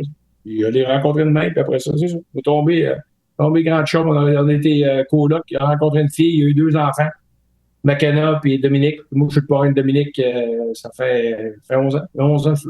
Wow! Que, ouais. Aïe, aïe! Ça, c'est quelque chose, man. C'est ça qui était ma première game. Maudite belle histoire, man. Sérieusement, là. Est-ce que t'as... Là, on a parlé de ton histoire de premier match, ton expérience de ce fameux premier match-là, de qu'est-ce qui t'a surpris de la NHL. Mais une saison, c'est... Du moins, pour un arbitre, je sais pas combien de matchs, mais c'est 82 games dans la NHL habituellement. Nous autres, on fait 75. 75 et je donne 73, ouais. Sur 75 games, dans cette première année-là, est-ce que tu as un fameux Welcome to the League moment? Écoute, je pense le World Cup, je pense que c'était ma première game. Je pense que tu peux pas. Je pense que tu peux pas battre ça. C'est tu sais, la première game, après la game, on paye le souper à tous les arbitres avec qui on a arbitré, avec ma famille et tout ça. Mais je pense que tu peux pas battre ta première game. C'est débile. C'est un feeling que, tu sais, j'en parle, puis j'ai encore les papillons. Je me rappelle au début de la game, j'étais dans la chambre, puis j'étais à la massille, le Marc me disait, assis-toi un peu, je suis pas capable, oublie ça. J'avais les patins, j'avais pas de patins, je me promenais, j'avais mes patins, je me promenais, je disais, arrête un peu. Fait que là, tu sais, j'étais pas capable de me rester assis, puis j'étais sénère, les jambes me shakaient, puis je pense que ça a pris, je dirais, un bon 10 minutes avec que je sois à l'aise à la glace. J'avais fait mon premier quart, je pense qu'il restait 12-13 minutes en première période. Puis, ça a été, je pense que c'est à peu près ça le Wacom, donc je pourrais dire, je pas, j'en parle, puis c'est comme, ça fait longtemps, mais ça me rappelle des souvenirs. C'est comme ça a repassé, ça fait pas longtemps. Ouais, ça semble que comme c'était hier. C'est spécial. C'est à peu près, je pense que c'est ça le Wacom. Pas d'autre chose à dire que ça, je pense. Écoute, c'est bien correct. S'il n'y a rien à rajouter, puis c'était ça. C'est fou, man. Sérieusement, c'est une autre affaire. J'avoue que le stress que tu devais avoir, ça devait être l'enfer, man. Ben, le stress ou l'excitation, là, mais... Les jambes me pétaient ensemble. À la Ligue nationale, là, j'avais tout le corps qui shakeait. C'est gros, c'est l'hymne national, puis il y a du monde, ça criait, puis c'était contre Saint-Louis, c'était le fun. C'était tout qu'un trip. T'as-tu des histoires de matchs ou des moments dans tes 1197 matchs dans la NHL qui t'ont marqué plus que d'autres? Écoute, il y a des games extérieurs que j'ai faites. La game en Caroline que j'ai faite extérieure. Après ça, Il y a des games, moi j'ai fait une game quand Mario Lemieux est revenu. Mario Lemieux a fait une cancer puis il est revenu. Je l'ai arbitré Mario à un moment donné. Ça a été c'est des belles, c'est des joueurs de hockey incroyables c'est le fun que j'avais vu ça. Et écoute, j'ai arbitré Wayne Gretzky qui était à Phoenix quand il a commencé. Coaché à Phoenix dans le temps. Gretzky était là. Tu sais, c'est tout des. Gretzky, c'est tout qu'un joueur de hockey, c'est tout que c'est monsieur hockey, comme là. Là, c'est rendu plus au vie, peut-être, là, mais en tout cas, il est rendu que. Mais écoute, Wayne Gretzky, ça va rester Wayne Gretzky. C'est tout des. Tu sais, il y a des Crosby, c'est tous des meilleurs joueurs au monde qu'il a pu côtoyer. Puis c'est toutes ces petites affaires-là, quand tu regardes, tu prends du recul. Puis, tu sais, pendant le feu de l'action, t'arbitres, t'es là. Tu sais, tu t'en rends pas compte du temps, là. Mais c'est quand t'es. Comme là, je suis retraité, je regarde ça en arrière, je regarde ces athlètes-là. Tu t'écris, mais je les ai côtoyés, j'étais sans même glace qu'eux autres, puis les jasais, puis tu sais, je te parle au début de la game, je vais Crosby signé pour ma millième game, puis et Kopitar, puis ces gangs-là, c'est pour moi que je les ai demandé, ils sont arrivés avec le gilet, puis ils m'ont donné ça, puis ils étaient pas obligés. J'ai même eu à ma retraite, j'ai eu un gilet de Bill Guérin qui m'a envoyé, il était au Minnesota, Bill, puis ça, chez nous, à Columbus, tous les joueurs l'avaient signé, puis bonne retraite, puis on a eu du beau temps ensemble, mon ami, puis tu sais, Bill, il a l'arbitré, lui aussi, quand il jouait. Puis c'est toutes des petites affaires qui fait chaud au cœur d'en savoir ça, c'est le fun, là, tu apprécies aussi. Mais tu sais, c'est toutes ces petites affaires-là un peu là, après ça, j'ai fait des belles expériences. J'étais allé en Chine avec la Ligue nationale, j'étais allé à Prague, j'ai fait la game des étoiles, j'ai fait plein d'affaires. C'est toutes des choses que j'oublierai jamais. C'est sûr que ça, c'est toutes des choses que tu n'oublieras jamais. Je trouve ça le fun, honnêtement, la relation que vous avez. Tu sais, genre, entre les joueurs, entre les coachs, entre, comme tu as dit, c'est 3 équipes, mais comme, veux pas, t'es littéralement le pont entre tout le monde. C'est quand même intéressant de voir que, tu sais, les gars, ils te parlent, ils te connaissent, ils savent t'es qui, tu sais. C'est sûr qu'il y en a peut-être qu'au début, ils veulent savoir t'es qui pour t'envoyer chier, genre. Ouais, ça fait partie de la game, c'est correct, mais gars, si tu regardes un peu comme moi, j'ai pas eu l'occasion de le faire parce que je me suis fait blesser, mais les gars qui prennent leur retraite, qui finissent le dernier game, tu vois les 2 équipes qui vont chez Caen, puis félicitations pour ta carrière, puis tous les arbitres, les joueurs, ils félicitent aussi les arbitres. Là, c'est pas, on est des êtres humains, comme je disais. Non, exact. Une bonne communication, puis le respect aussi, c'est important. Ben c'est ça, puis vous faites partie de la game, fait que tu sais. Exactement, on n'a pas le choix de délai les autres. Exact. On a parlé de ta première game. Parlons du fameux 1000e match. Le 27 février 2020, les Canadiens de Montréal reçoivent les Rangers de New York. Cette date marque un point important dans ta carrière parce que c'est ton 1000e match dans la Ligue nationale de hockey. C'est quoi que ça représente pour toi, 1000 matchs dans la NHL? Écoute, 1000 matchs, j'ai beaucoup de matchs. Je pensais jamais de me rendre un jour. Écoute, jamais. Je me disais, c'est le bon. J'ai envoyé des gars qui faisaient le 1000e game, le 1500e. Ils me disaient, voyons, ça se peut pas. Je pensais pas de me rendre là, mais écoute, oui, je me suis rendu. Ça a été. Écoute, je peux pas dire que ça a été dur. Ça a été une carrière. Puis ça a été. Il fallait que je travaille. Puis veux pas, c'était des blessures. J'ai quand même été chanceux dans ma carrière d'arbitre parce que j'ai pas été blessé souvent. J'ai fait une coupe de commotion. Je me suis cassé le cheville à un moment donné, j'ai manqué 2 mois. Après ça, j'ai pas manqué beaucoup de games. Puis je pense qu'éventuellement, ça va plus vite dans ce temps-là. Tu la tête plus vite. Mais oui, ça a été une soirée incroyable. Je me rappelle, je suis arrivé à Montréal le mercredi soir, c'est un jeudi soir. Puis il annonçait toute une tempête de neige. Et à un moment donné, là, quand je me suis levé le matin, William, là, je me suis dit, je vais être tout seul ici dans le monde. C'est sûr que je suis sûr ici dans le monde. Un an, il faisait pas beau. Je leur faisais des entrevues, de la radio, de la TV, ça finissait plus. Puis, je disais sur le monde, je sais pas comment ça marche. Là, il y en a qui partaient de bonne heure. Le monde sont partis de bonne heure. Il y en a un qui n'a pas réussi à venir. C'est Guy Simard de la Via Capitale à Jonquière qui venait. Puis, il me dit, Justin, je travaille, je vais passer vers 1 heure ou 2. Puis, il me texte à un moment donné, il dit, je pars. Il dit, good luck. Il dit, je suis pas sûr que tu vas te rendre. Ouais, il dit, on va être correct. Il s'est fait pogner, il était pogné à l'étape, il était au début de la game à l'étape, il était bien sorti. Les 2 bords étaient barrés. J'ai été locké là, dans tout ça, et j'ai été chanceux pareil parce que tout le monde s'est rendu, excepte Guy.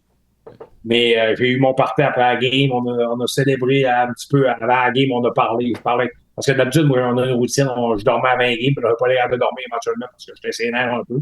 J'avais du monde à m'occuper, puis j'avais plein d'affaires. Puis on a parti pour l'aréna, il était 5 heures. On a fait de la game. J'avais loué le restaurant de Zibo, l'autre bord de la rue de l'hôtel à Montréal. Puis d'habitude, je fermais avec lui, puis je connaissais le propriétaire. Il dit, là, on va être à peu près 150. Il dit, tu dois être capable de rester ouvert jusqu'à 3 heures demain soir. Fait que, il dit, ben oui, absolument. Fait que là, on a été là, puis on a fermé le restaurant. Je pense qu'on est parti à 2 heures du matin. Puis éventuellement, on a eu du plaisir. Il y a eu des belles fêtes. Et nous autres, la Ligue nous donne un cristal là, de Millennium Game. Puis après ça, mes coéquipiers ont fait faire un livre.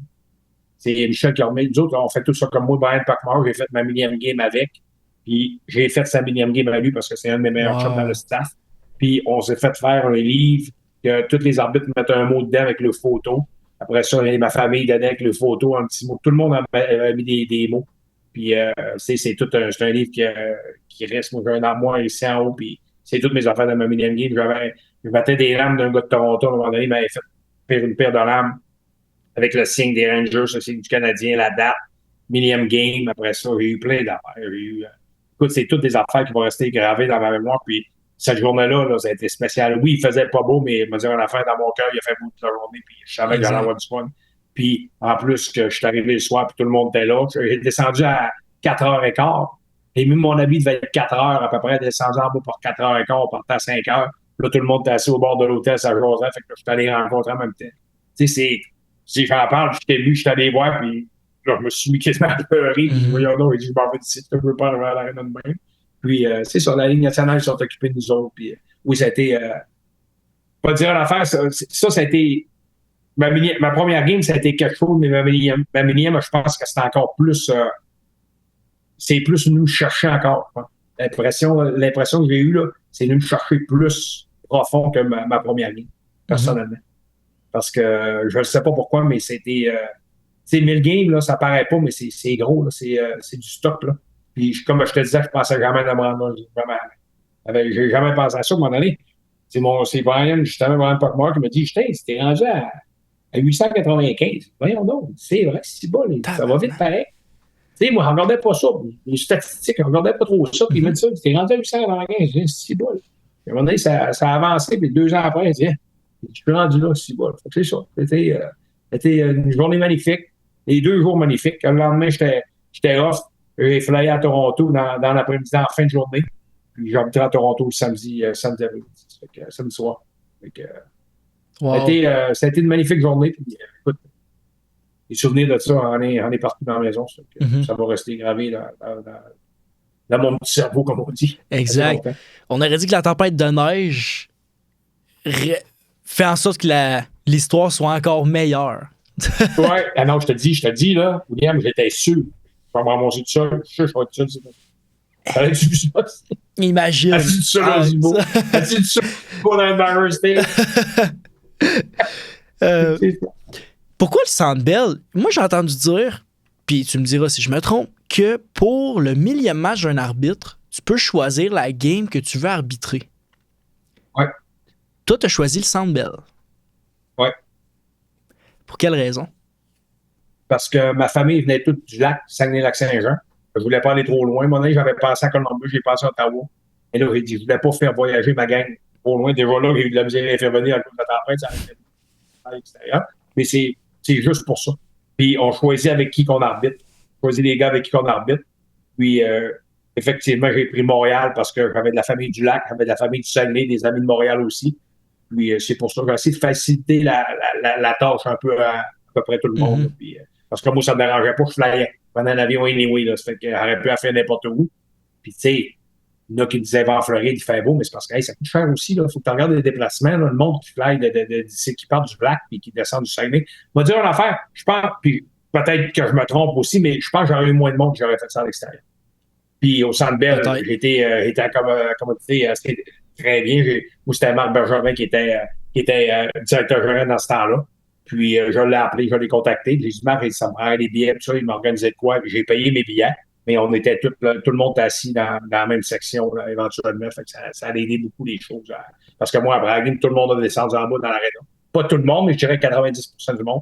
Ils ont tout fait venir en bas, ma famille, puis tout ça, on a pris des photos, on est allé sur la glace, puis on a fait plein d'affaires. Fait que ça a aidé aussi en étant à Montréal. Wow, quelle belle expérience. En parlant du Centre Bell, t'as-tu un top 3 des meilleures arénas NHL? Écoute, éventuellement, Montréal, c'est une des belles places. C'est bruyant, c'est loud. Écoute, les arénas en Star, c'est pas mal, tout assez magnifique. Là. Il y a Montréal, il y a Toronto qui est le fun. Winnipeg, le monde, quand Winnipeg gagne, il y a du monde. C'est loud. Ça paraît pas. Chicago, pendant une ligne nationale, là, le poil des bras me rallonge 5 pieds de long. Le gars qui chante là. Oh incroyable. Incroyable. Si vous avez une expérience à vivre, allez à une game de la Ligue nationale juste pour écouter l'hymne national, que ce soit canadien ou US, allez à Chicago, vous allez capoter le gars qui chante. Il est incroyable. Je prends ça en note. Qu'il faut que j'aille à Chicago. Là, c'est débile. Je te le dis, là, vous allez capoter, c'est spécial. Très spécial. Damn. Et pour ça, c'est pas mal. Les arénas sont pas mal toutes assez le fun à l'air. Sauf que c'est sûr qu'en Floride, il y a un petit peu moins de monde. Il y a du monde contre Canadiens, Boston, Edmonton. Toutes les équipes canadiennes un peu. Mais à part ça, il n'y a pas d'aréna. Même à Columbus, le monde dit à Columbus, si Columbus gagne, il y a du monde dans l'aréna, puis c'est très bruyant. Tâchez votre truc à Columbus s'il gagne, parce que ça brasse. Je suis curieux de savoir, qu'est-ce que l'arbitrage t'a appris sur toi-même? Écoute, l'arbitrage m'a appris à gérer mes émotions, à être plus patient. Parce que quand j'ai commencé dans l'arbitrage, j'étais un petit peu, un petit coq. J'ai appris à gérer ça parce que j'avais pas le choix. Parce que, tu sais, tu peux pas être coq aussi quand t'arbitres parce que c'est là que le monde vient qui tu manques de respect. Puis j'ai appris à travailler là-dessus beaucoup. Ça m'a aidé beaucoup. Puis j'ai appris à me bâtir une carapace. Écoute, l'arbitrage, tu ne fais pas dire que t'es fat tous les games. Là.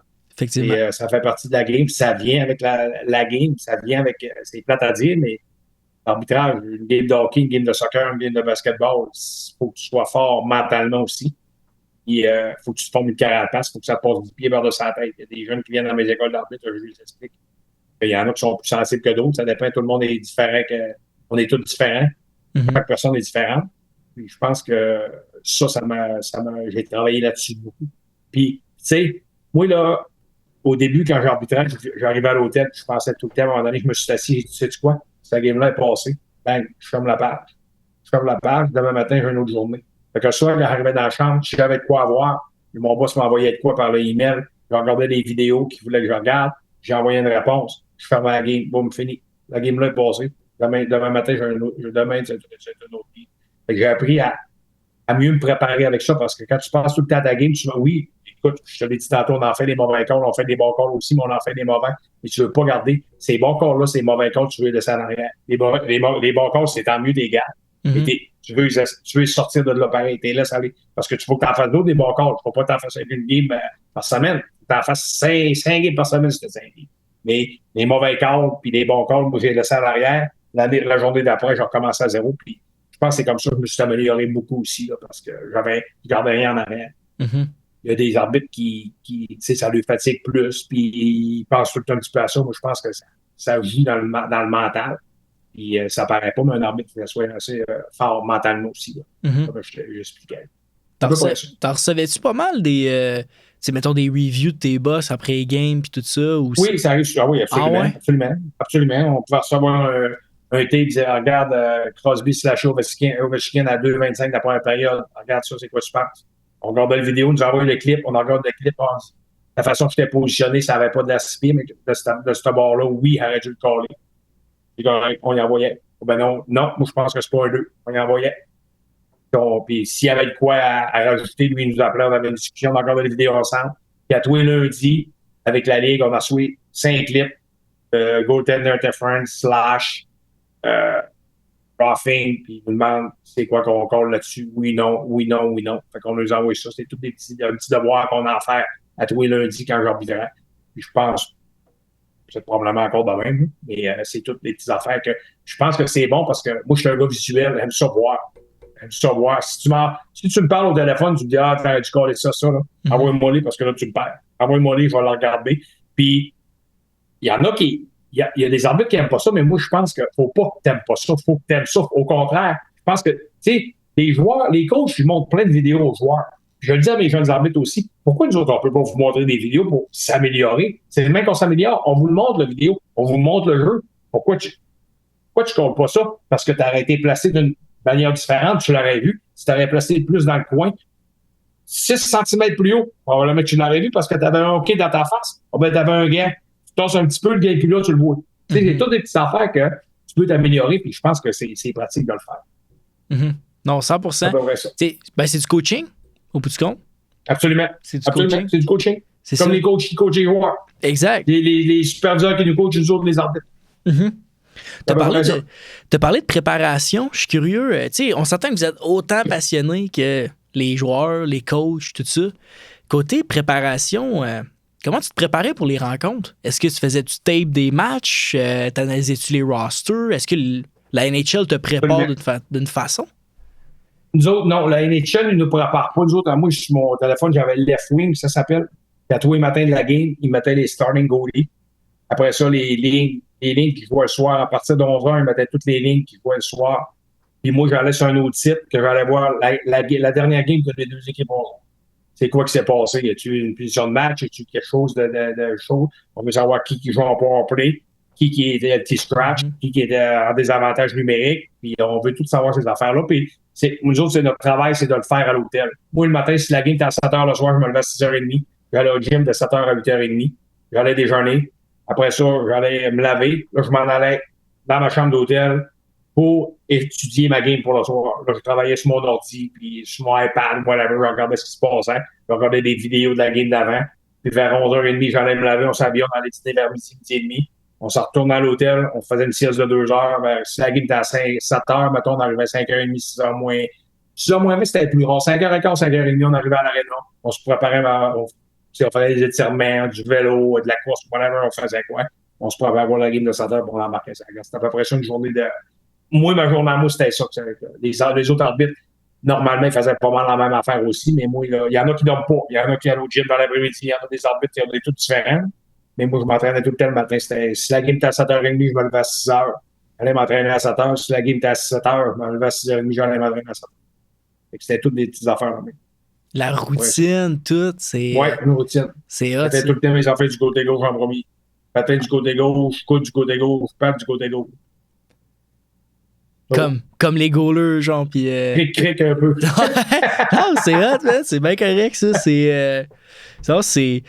C'est intéressant que tu me dises ça pour eux. C'est un peu comme moi, j'ai joué au football toute ma vie, là. Puis, on avait tous des petits trucs comme ça, tu sais. Ouais, exact. Puis je pense que c'est important dans le sport, tu sais. Je pense que c'est. On se dit que quand il y a une game qui va bien, tu continues à le faire, puis ça va tout le temps bien. Fait que c'est pour ça, dans ce temps-là, c'est ça qu'ils disent. Hein? Exact. Je change pas quelque chose qui va bien. Fait que. Keep going. Exact. Est-ce que tu as des.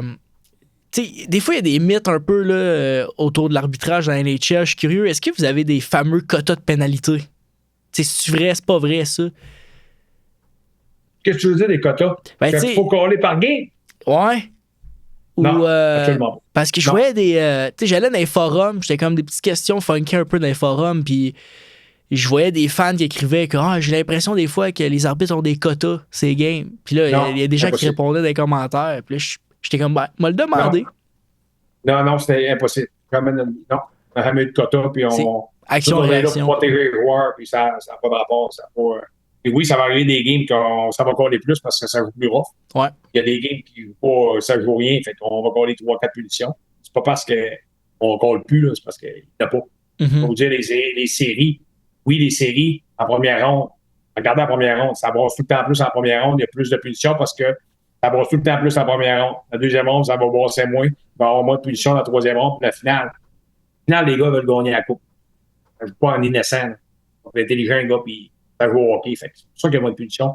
Et oui, éventuellement, je l'ai dit, on va en manquer, ça fait partie de la game. Ça fait partie de la game, c'est impossible. Puis là, le monde qui dit que parce que c'est dans les séries, ça compte moins. Moi, j'ai jamais entendu parler de ça par n'importe quel boss dans la Ligue nationale, puis je suis sûr que ça se passe pas. Parce que moi, au contraire, Walcom est là, puis il veut que ça accorde des punitions. Et éventuellement, on peut pas l'inventer s'il n'y en a pas. Exact. Et on peut pas inventer des punitions, mais oui, on a vu cette année qu'il y a des calls qui ont été faits, puis il y a des joueurs qui ne sont pas fait toucher. Mais rendu là, Fait que ouais, ils vont-tu mettre la vidéo l'année prochaine, ils vont-tu avoir le droit de le réviser. Rendu là, c'est la Ligue qui va décider, c'est pas nous autres, c'est pas les arbitres. Mais s'ils le font, tant mieux. Mais ils veulent que les games aillent plus vite. S'ils commencent à rajouter des affaires de la main, ça va se laquer les games. Mais rendu là, c'est bon. Rendu là, on verra ça l'année prochaine. Ouais, c'est ça, exact.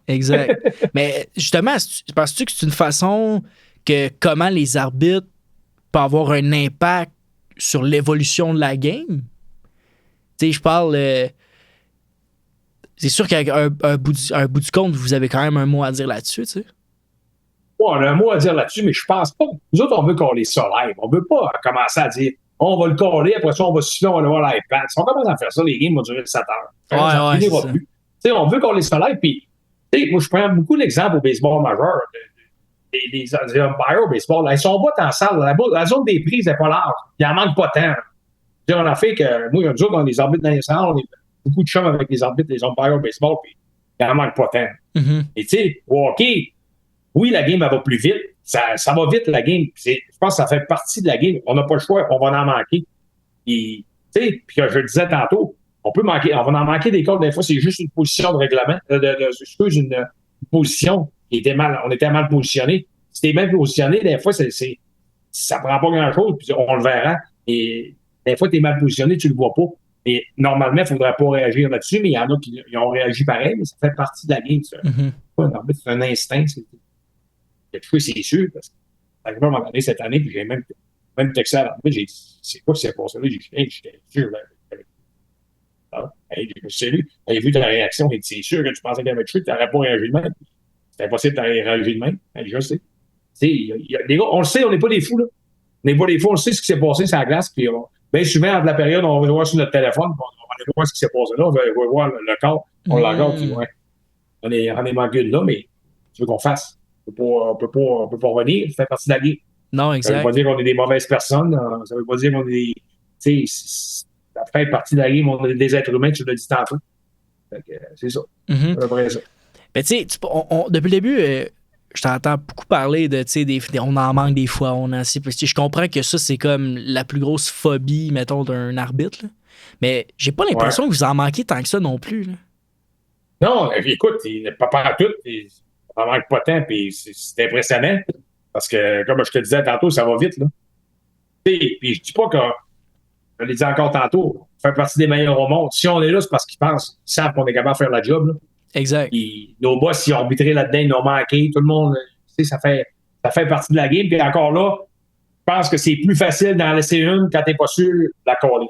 Si t'en laisses là, il n'y aura pas de chicane, il n'y a pas personne qui va chialer. Puis est-ce que t'es pas sûr? Il faut que tu sois sûr à 100% ou 200%, là, tu fais le call. C'est à peu près ça. Tantôt, tu me disais que si on t'avait mis juge de ligne, t'aurais pas été capable de faire le match.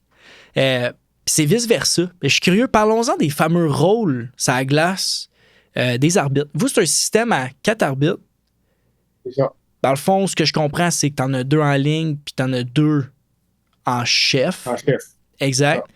Explique-moi un peu, c'est dans NHL, c'est quoi vos rôles? Puis pourquoi justement qu'il y a cette différence-là entre les lignes puis les chefs? Écoute, c'est l'arbitre, c'est un peu junior majeur, mais déjà 3, c'est le système à 4, c'est les arbitres et les juges de ligne. Les juges de ligne sont là, ils collent les icing, les hors-jeux, ils font les mises au jeu un peu partout dans. Puis tu sais quoi? Les mises au jeu, là, ça paraît pas, là, mais il faut que tu sois bon. Là. Parce qu'il y a des joueurs de hockey, t'en regarderas, il y a des joueurs de hockey de centre là, qui font rien que ça des mises au jeu. Regardez Dano, Crosby, toute sa gang-là. Eux autres, ils font rien que ça gagner des mises au jeu. Ils veulent gagner, ça leur paye gagner des mises au jeu. Fait que le juge de ligne qui met la mise au jeu, là, faut qu'il soit bon, faut qu'il soit faible. Moi, là, fais-moi pas mettre une mise au jeu parce qu'elle va dire, en fait, ils vont tous me slapper ses mains, ses yeux, ils vont me casser les poignets. Parce que je suis capable de mettre une mise au jeu parce qu'elle en met une par game ou 2 par game maximum, les arbitres, on n'en met pas. Et les juges de ligne, là, regardez les juges de ligne qui se rendent à la finale de la Coupe Stanley, là, qui mettent des mises au jeu. Ça triche pas, c'est fair, parce que c'est ça que ça prend. Parce que il y a des gars qui sont payés juste pour ça gagner les mises au jeu. Philippe Dano, Montréal, là, il n'est pas payé pour gagner, il est pas payé pour remplir le but, là. Il est payé pour gagner une mise au jeu importante. C'est lui qui va aller gagner la mise au jeu importante. Absolument. Ils font des vidéos pour ça. Ils font des vidéos de ça.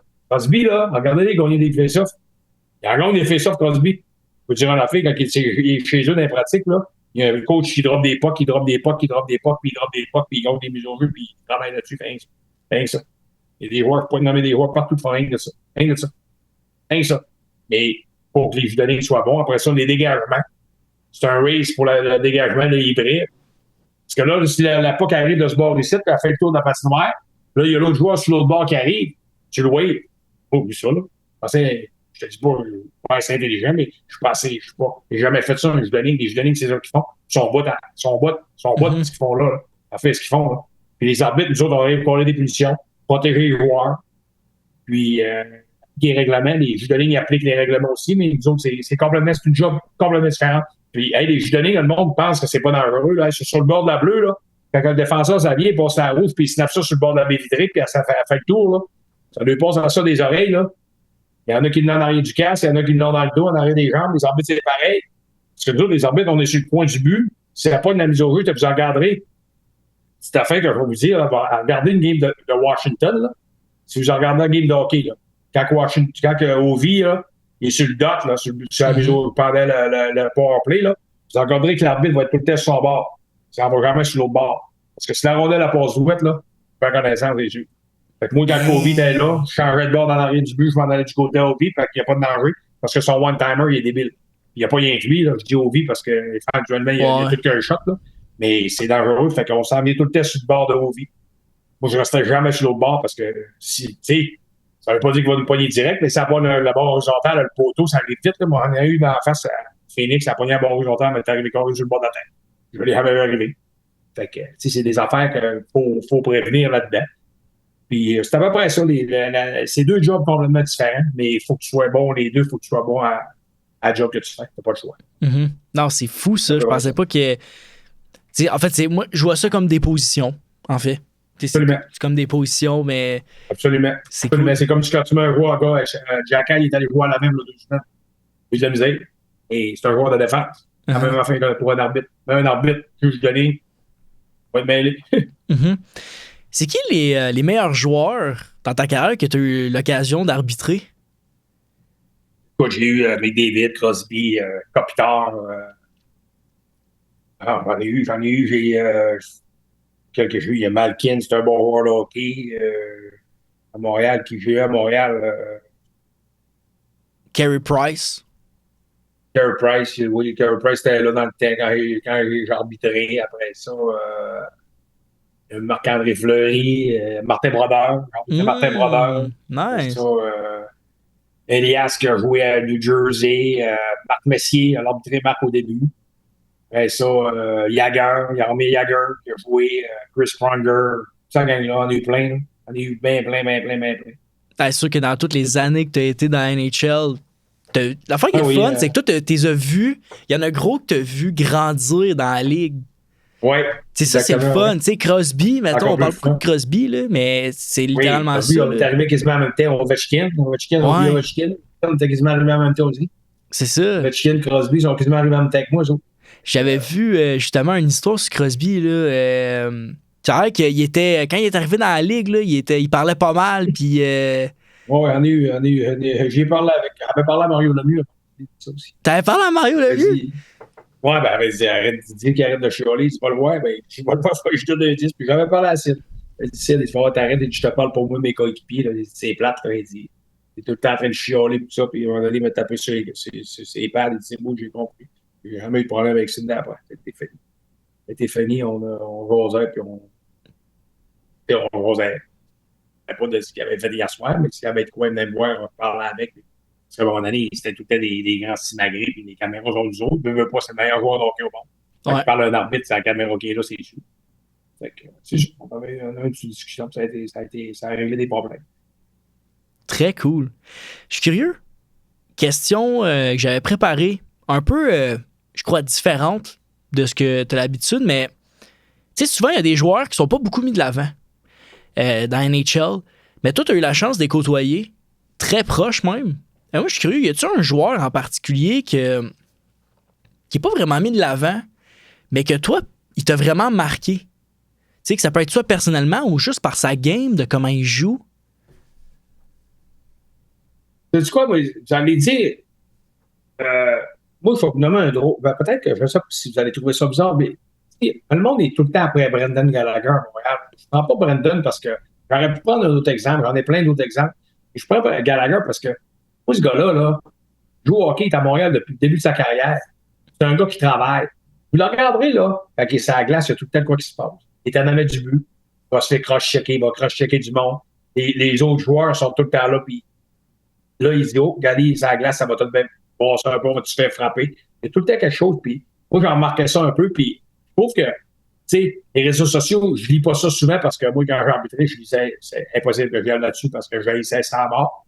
Puis là, j'essaie de les lire un petit peu, mais j'aime pas ça parce que le monde fait trop d'affaires sur les réseaux sociaux, puis j'aime pas ça, des affaires négatives, puis justement, il trouvait ça sur Gallagher, puis, tu sais, Gali, oui, il est moins vite, mais il est encore là, puis il fait le job encore, là. C'est ça que des joueurs là même, moi, je respecte ça beaucoup. J'ai beaucoup de respect pour ça. Parce que le monde pense qu'ils sont finis, mais ils sont pas finis. C'est pas à cause qu'ils ne scorent pas de but qu'il fait pas le job sur la glace. Oui, éventuellement, il a slacké parce qu'il vieillit, il veut pas, il vieillit. À un moment donné, ça va être le temps de sa retraite. Mais je pense qu'il faut que le monde arrête de dénigrer ces gars-là parce qu'ils sont encore importants pour l'équipe. Là. Puis, on ne sait pas ce qu'il fait dans la chambre.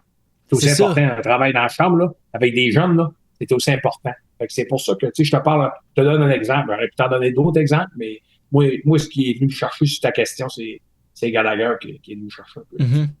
Ben, tu sais aussi, c'est que tu parles des réseaux sociaux et tout ça, puis t'es pas la première personne que joue professionnel ou a joué professionnel qui me dit ça. Qui me dit, tu sais, moi, je suis pas sur les réseaux sociaux durant mes saisons. C'est pas moi qui gère ça.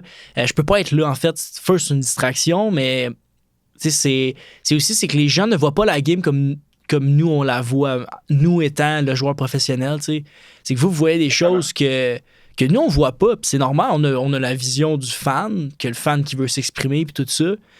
Mais il y a des petits détails comme Gallagher que tu parles en ce moment, que, tu sais, j'ai écouté la game l'autre jour quand ils ont perdu 3-0 avec mes boys, puis tu sais, c'est choquant, puis ils ont tout de quoi à dire, tu sais.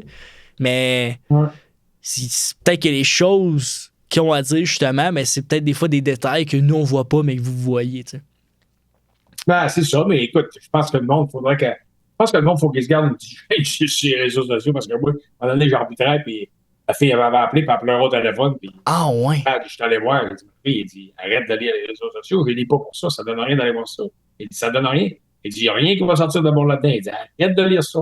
À ce moment-là, elle a arrêté, mais ouais, elle m'avait appelé, puis elle pleurait au téléphone, puis elle dit que le monde me ramassait, mais il dit, Mallory, il dit, c'est normal, ça fait partie de ça.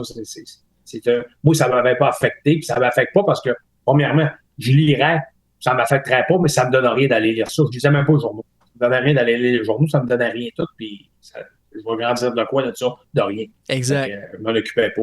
J'avais fait comprendre à ma fille. Là. Exact. Ça donnait rien. Écoute, toi, tu lisais ton livre des règlements. C'est ça. Exact. Tu ne tombes pas dans ce temps-là. Exactement. C'est bon, ça. 13 avril 2023 a été ton dernier coup de sifflet. C'est ce que j'ai pu comprendre, c'est que c'est la dernière match que tu as arbitré en NHL qui arrive un peu plus tôt que prévu, la retraite. Qu'est-ce que j'ai pu comprendre? Qu'est-ce qui a poussé cette décision-là? T'en as glissé un mot tantôt, la blessure au genou. Oui, écoute, je me suis fait changer un genou le 10 octobre 2023, alors ça m'a poussé à prendre ma retraite un petit peu plus vite. Éventuellement, j'avais pas le choix, puis c'est ça. On est rendu là, on vit avec, puis on s'occupe des arbitres, mes écoles d'arbitres. Ben, 7 ans présentement, j'en ai une ici au Saguenay. J'en ai une je vais à Bécomo, Sept-Îles, Montréal, en Abitibi. Ouais, alors on s'occupe de ça. Puis écoute, les écoles d'arbitre, je fais pas ça pour l'argent parce que je fais pas une scène avec ça. Je fais ça pour l'amour du hockey, pour l'amour de l'arbitrage. Puis j'essaie d'aider les jeunes beaucoup. Je m'occupe des jeunes ici aussi un petit peu pendant la saison de hockey. J'essaie de régler des problèmes quand il y a un coach a un problème avec un arbitre, un parent. Il y a des parents qui font après les arbitres. Fait que dans ce temps-là, je suis capable de récupérer le numéro du parent. J'appelle le parent, j'appelle l'arbitre pour avoir les deux versions. J'essaie de lui parler tous les deux. Pareil, je fais pareil avec les coachs. Puis, je suis permise dans la Ligue provinciale. Fait que, c'est sûr, je me suis occupé avec l'arbitrage encore, même si je patine pas. Ça fait 2 ans éventuellement, je suis pas capable à cause de mon jeu. Mais ça fait partie de la game. C'est triste, mais c'est ça. Ça fait partie y a des choses pires que ça dans la vie. Il y en a qui sont malades, il y en a qui sont bien pires que moi. Alors, je me parle. Je me fais avec. Pas le choix. Exact. Mais je pense que c'est une belle façon. T'as l'air de bien le vivre, du moins. T'as l'air d'avoir du fun, puis c'est tout ce qui compte. Ouais. Souvent, tu sais, les gens sont dans le sport, mais ils pensent, tu sais, ils anticipent pas l'après-carrière, puis tout ça, puis souvent, ça frappe. Ouais. Puis à tous les ça niveaux. va bien, comme je te dis. Oui, j'essaie de rester dans l'arbitrage. J'essaie d'aider les jeunes le plus possible. Il y a bien des jeunes qui m'appellent pour avoir des conseils, me demandent des affaires, puis c'est ça. J'apprécie beaucoup, puis comme je te dis, je fais ça pour les jeunes. Fait que, ça là, tu peux pas te tromper. Exact. Mais t'as une belle implication, puis écoute, je te remercie pour ça. Sérieusement, c'est le fun. Tu redonnes au sport. Je rencontre plein de personnes sur le podcast, des coachs, des joueurs qui trouvent une façon de redonner, puis c'est des super de belles vocations. Fait que je respecte beaucoup ça, Justin. En finissant, si tu avais un conseil à donner aux arbitres qui veulent réaliser ce fameux rêve-là de se rendre au plus haut niveau, qu'est-ce que tu leur dirais? Écoute, encore là, je l'ai dit tantôt, fais des games de hockey le plus que tu peux. Arbitre des games de hockey, arbitre, puis je te dis pas d'arrêter de jouer au hockey, parce que plus tu joues, meilleur tu viens arbitre, parce que tu as le patin, tu connais, veux pas, t'es supposé de connaître tes règlements parce que tu as joué à game. Alors, tu peux continuer à jouer au hockey, mais fais des games de hockey, arbitre aussi. Quand tu n'as pas, tu as des congés pour arbitrer, faire des games de hockey, puis encore une fois, c'est la passion, il faut que tu aimes ça. Vas-y pas pour faire 30$ parce que si tu vas rien pour l'argent, ça ne donne rien parce qu'il y a quelqu'un qui fait ça dans la passoire à un moment donné, puis on dit si ça ne te tente pas, reste chez vous. Là. Fait que va faire ta game de hockey, puis amuse-toi. Encore là, va-t'en à l'aréna avec un sourire, amuse-toi avec tes collègues. On est une équipe de 3-4, ça dépend quand tu n'es pas le système à 4, tu es le système à 3 ou à 2. Mais arrive là, sois de bonne humeur, amuse-toi avec tes collègues, mais allez de bonne humeur, sois pas de bonne humeur, c'est important dans les arbitres. Puis, je vais vous dire une petite affaire, les arbitres. Quand vous embarquez sur la glace, là, montrez au monde que ça vous tente. Embarquez pas à patiner à 1 kilomètre. Patinez, puis faites 2-3 tours au fond. Vous allez voir que les équipes vont vous regarder, les coachs vont vous regarder, puis on ne sait jamais qui est dans l'aréna. Il y a tout le temps des superviseurs dans l'aréna. On ne sait jamais quand est-ce qu'ils sont là. Puis, à un moment donné, ils vont être là. Ils vont dire, waouh, lui, il a embarqué, puis il est prêt, puis il veut faire de la game de hockey, puis ça paraît. Ça peut t'amener loin dans la vie. Ça ne prend pas grand-chose, mais ça peut t'amener loin. C'est à peu près ça mon conseil que je veux dire. Tout le monde, c'était le podcast Game On. Notre invité, Justin Saint-Pierre. Merci, Justin. Très belle discussion. J'ai adoré discuter de ton univers ce soir. C'était... merci pour ça, man. Super de belle rencontre. Puis des très beaux partages pour eux. Merci, William, puis merci à Game On. Je ne sais pas si c'est le même audio, mais écoute, merci beaucoup à Game On parce que j'ai bien apprécié mon petit podcast que j'ai fait avec vous aujourd'hui.